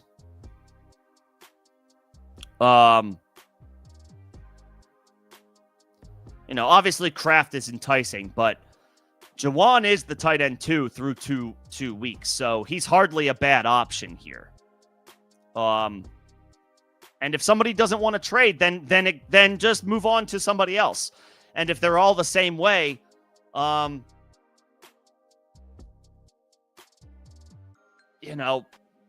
unfortunately, we can't force people to do what they don't want to do. And I get that it's frustrating because trading in fantasy is fun. It's meant to be fun. It's meant to be a cool angle to it.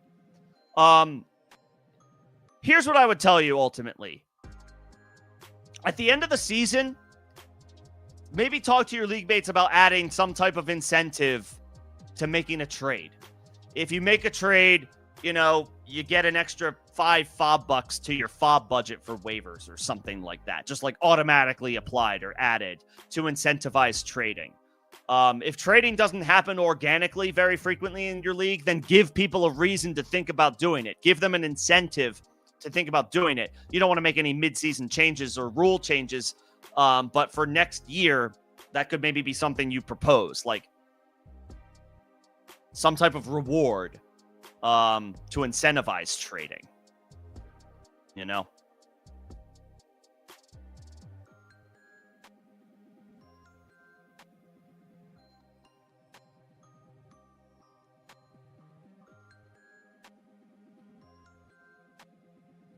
Yeah, and then it makes sense. It doesn't make sense to do Pollard and Jawan for Herbert for you, because then you'd have no tight end, and they would have the top 2 tight ends through 2 weeks. That's a disadvantage for you. So I would say just don't go back to that person with trades. They don't sound like they're particularly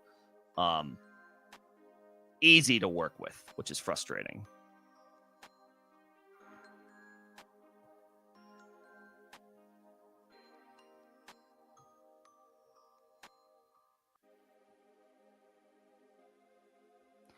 Okay, where am I at? There's a lot of chatter in here, which is great, which is excellent. I gotta do a better job of staying on top of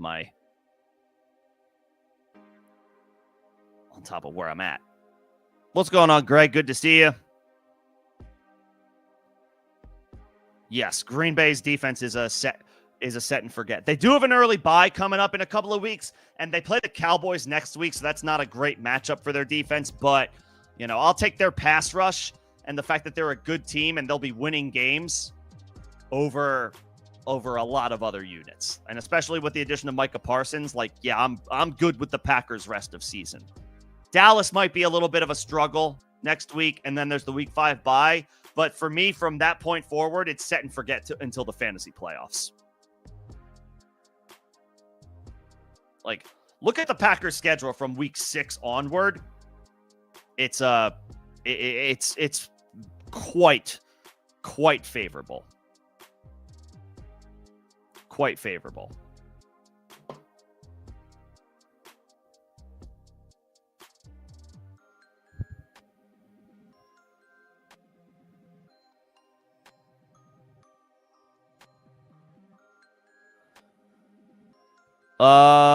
Let's see. Where am I at? McMillan over Brian Thomas. Oh my God. Maybe. This is where we're at. I mean, I do want to find ways to get Brian Thomas to stay into my lineup. I'm not ready to quite give up on him just yet. I love Tet. Tet's been awesome. And I want Tet in my starting lineup. That being said, you just drafted Brian Thomas either in the late first round or somewhere in the early to mid second round just a couple of weeks ago. And it's been bad. I know it's not been good. But he did earn 12 targets last week. He should continue to get force-fed the ball. I mean, Tet should be able to, should in theory get force-fed the ball as well. They're both really good options, but if I can only pick one, I think I want to rock with Brian Thomas for one more week. I don't blame you if you want to switch to Tet. Tet's been much better, but I tend to, maybe to a fault, I want to rely on the guys that I drafted high for as long as I can before I truly pull the trigger on them. And for me, week 3 is a little too early for me to pull the trigger on Brian Thomas. Again, Tet's been great through 2 games and has outproduced him. So I get it. If you want to make your own call and go for it, I don't blame you. But I personally would probably rock with Brian Thomas for one more week before I move Tet, before I move Tet over him.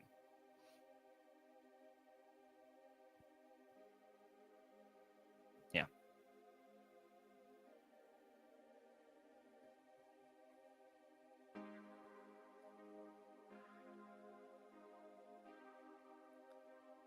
And we got about, just taking a look, we got about 9 minutes to kick off. I'm pretty sure all my situations are where they need to be.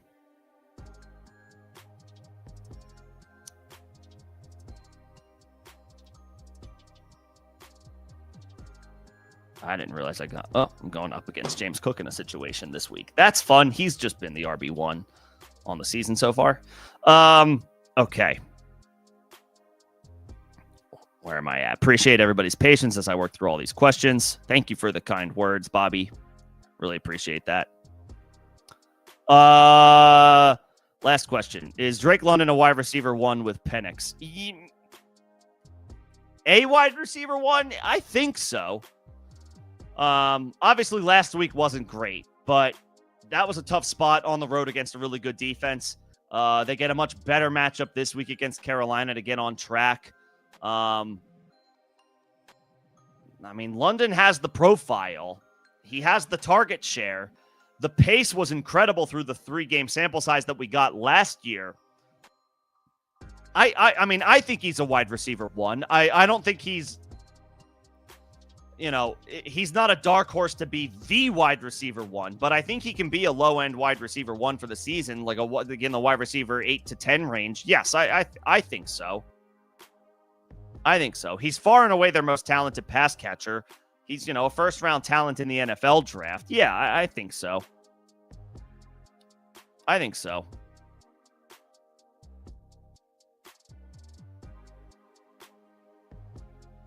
I think he's, yeah. We flushed last week's game down the toilet and we keep it moving. It wasn't a great matchup. London will be fine. He'll be fine. I do think he's, I think at the end of the day, he'll be, he'll put up top 12 numbers. I think that's a safe assessment. I think that's a safe assumption that London will be a wide receiver 1 at the end of the day.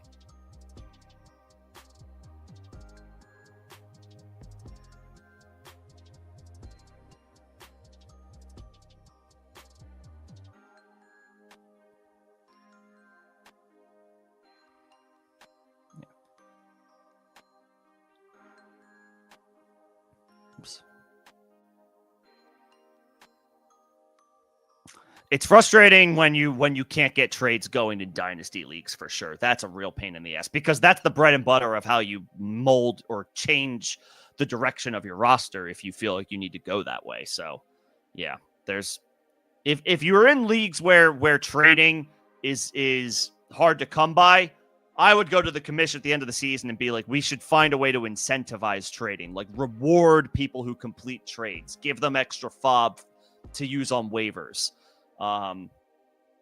Or in dynasty leagues, if you complete a trade, you get a compensatory pick in your rookie draft, like the following year or something to just like, these are just off the top of my head. I haven't sat and really thought about it, but like if you're in, especially a dynasty league that doesn't really make trades, I would try to find a way to be like, okay, we're going to add incentives for anybody who completes a trade. You get a little something as a reward. Maybe that kicks the tires a little bit more.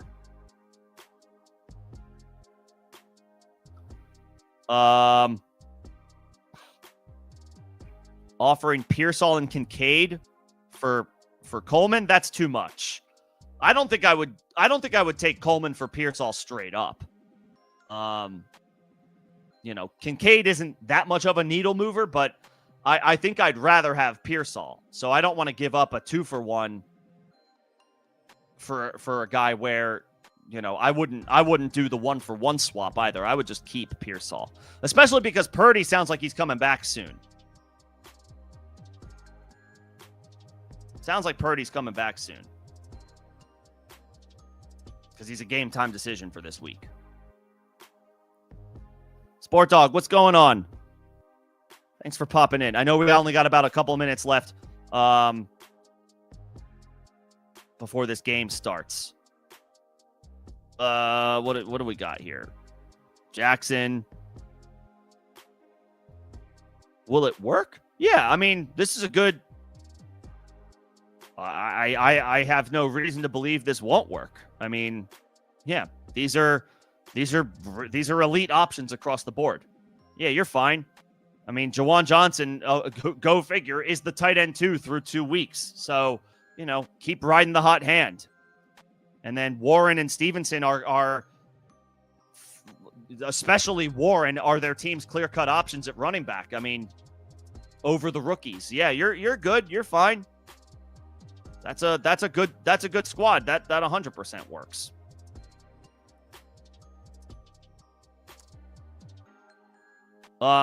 This is a good call out. Yes, Brian Thomas Jr. was he was solid, not great with Trevor Lawrence, but the usage was still there. So yeah, maybe Trevor is just not that good, and he drags the offense down. If you want to pivot, that's fine. Me personally, if I'm between Brian Thomas and another option that I drafted several rounds after him, for at least one more week, I'm going back to the well with Brian Thomas before I consider pivoting, because that was my either late first or early second round pick. And it's not a bad call out to say, yes, Trevor Lawrence. And toward the end of the season, it was Mac Jones who really helped prop up Brian Thomas. But, I'm willing to roll the dice on Thomas for at least one more week, because at least he got 12 targets last week. Like, the usage is there.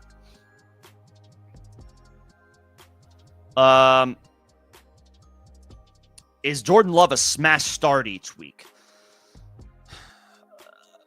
I don't know, because his wide receiver room is a little bit in flux right now. No Jaden Reed. Matthew Golden's off to a slow start. Romeo Doubs had a nice game last week. Dontavian Wicks had some nice catches last week. Obviously, they have Josh Jacobs, and Love can run a little bit. And Tucker Kraft is the tight end 1 through 2 weeks. Obviously, he picked up the knee injury, but it sounds like he's okay. It sounds like it was just a scare. Is he an auto start every week? I don't know that he's an auto start, but he is in that, I would say he's probably a regular top 15 quarterback. So he's going to be right on that cusp every week. There's going to be weeks where he looks like a clear-cut start, like next week against Dallas. And then there's other weeks where, this is a tougher matchup for him this week against Cleveland. The Packers are a much better team than Cleveland, but they do have a good defense, so they could make things a little difficult for the Packers offense. That's not this, I still would expect the Packers to win and win without much of a issue. But the Browns do have a good defense, so maybe it's not an auto for Jordan Love this week, but he's in that, I would say, anywhere from that 10 to 15 range any given week. And he's a good quarterback, so that matters too. Really quickly before the game starts, you play Tyreek and I would say Tyreek, then Sutton, then Moore in that order. I would definitely play Tyreek Hill tonight of these three options. And then Jameson or Keon Coleman, J-Mo. I'll roll the dice on J-Mo. I'll roll the dice on the he's a better talent than Keon Coleman, and I expect the Lions to be throwing the ball a lot on Monday Night Football on the road against a good offense in Baltimore. Give me J-Mo between him and Keon Coleman. All right. I believe this game is kicking off, so I'm going to wrap up these next couple of questions and then sign off shortly. But I will be back for Saturday and Sunday start, sit, help. Saturday, 5 p.m. Eastern, Sunday, 11 a.m. Eastern. If you need any more start, sit questions, I will be available then. But really quickly, is Rachaad White a solid stash? Yeah, sure. He's not a must-have, he's not a must-have for me, but I do think he deserves a roster spot in at least 12-team leagues. Maybe not 10-team leagues, but certainly 12-team leagues.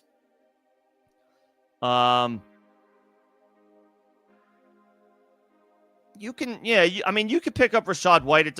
I don't know, who are you dropping, But yes, he's decent depth. He's decent depth, especially considering the Bucs have a lot of injuries along their offensive line, so that could mean some more dump-offs. And Bucky Irving caught 6 passes against Houston on Monday night, but Rachaad White's a good pass catcher too, so who knows? Maybe he gets a little bit more usage in the short term while Tampa is navigating their offensive line injuries. So, yeah, 12 teams, sure. 10 teams, not so much. And then, of course, it depends on who you have to drop to grab him.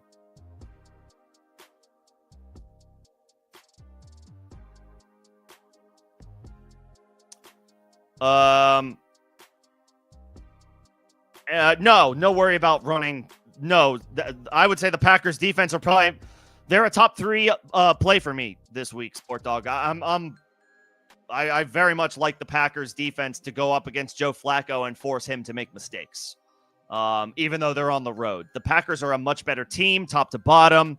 They have a really good defense, anchored, of course, by Micah Parsons. Even without Micah Parsons, they have really good players on all 3 levels. The Packers are a top defensive play this week. They are a top defensive play this week.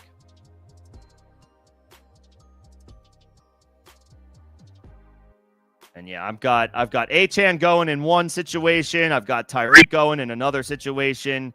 I have a lot of situations. I have a lot of leagues. And the first catch of the game goes to Malik Washington for 5 yards. That's super fun. Okay, this game has kicked off. So what do y'all say we go watch it? Appreciate everybody coming in tonight and hanging out. Special shout out to all of my members. Thank you all for popping in. I saw Bobby. I saw E111. Let's see. Who else did I see? I know We Are Family joined as a member, so appreciate that. Appreciate the support. I saw Nino. Thanks for popping in. Jay. Thanks for popping in. Greg, obviously, I just saw Greg.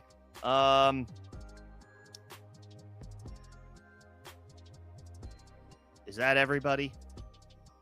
Apologies if I missed anybody. I think those were the members. Those are the members that I saw. Special shout out to the members. Thank you to everybody who tuned in as well. Appreciate all your support. Appreciate the conversation. Lots of dialogue between members or folks in the chat. Love that. Always feel like you can, chime in as needed if you have an opinion about a question or a comment. Always encouraged. Appreciate that for sure. But that'll do it for me tonight. I will be back on Saturday, 5 p.m. Eastern for Start Sit Help. So be sure to tune in then, and we will finalize your lineups for week 3. Enjoy the game. Thanks, everybody. I'll see y'all this weekend.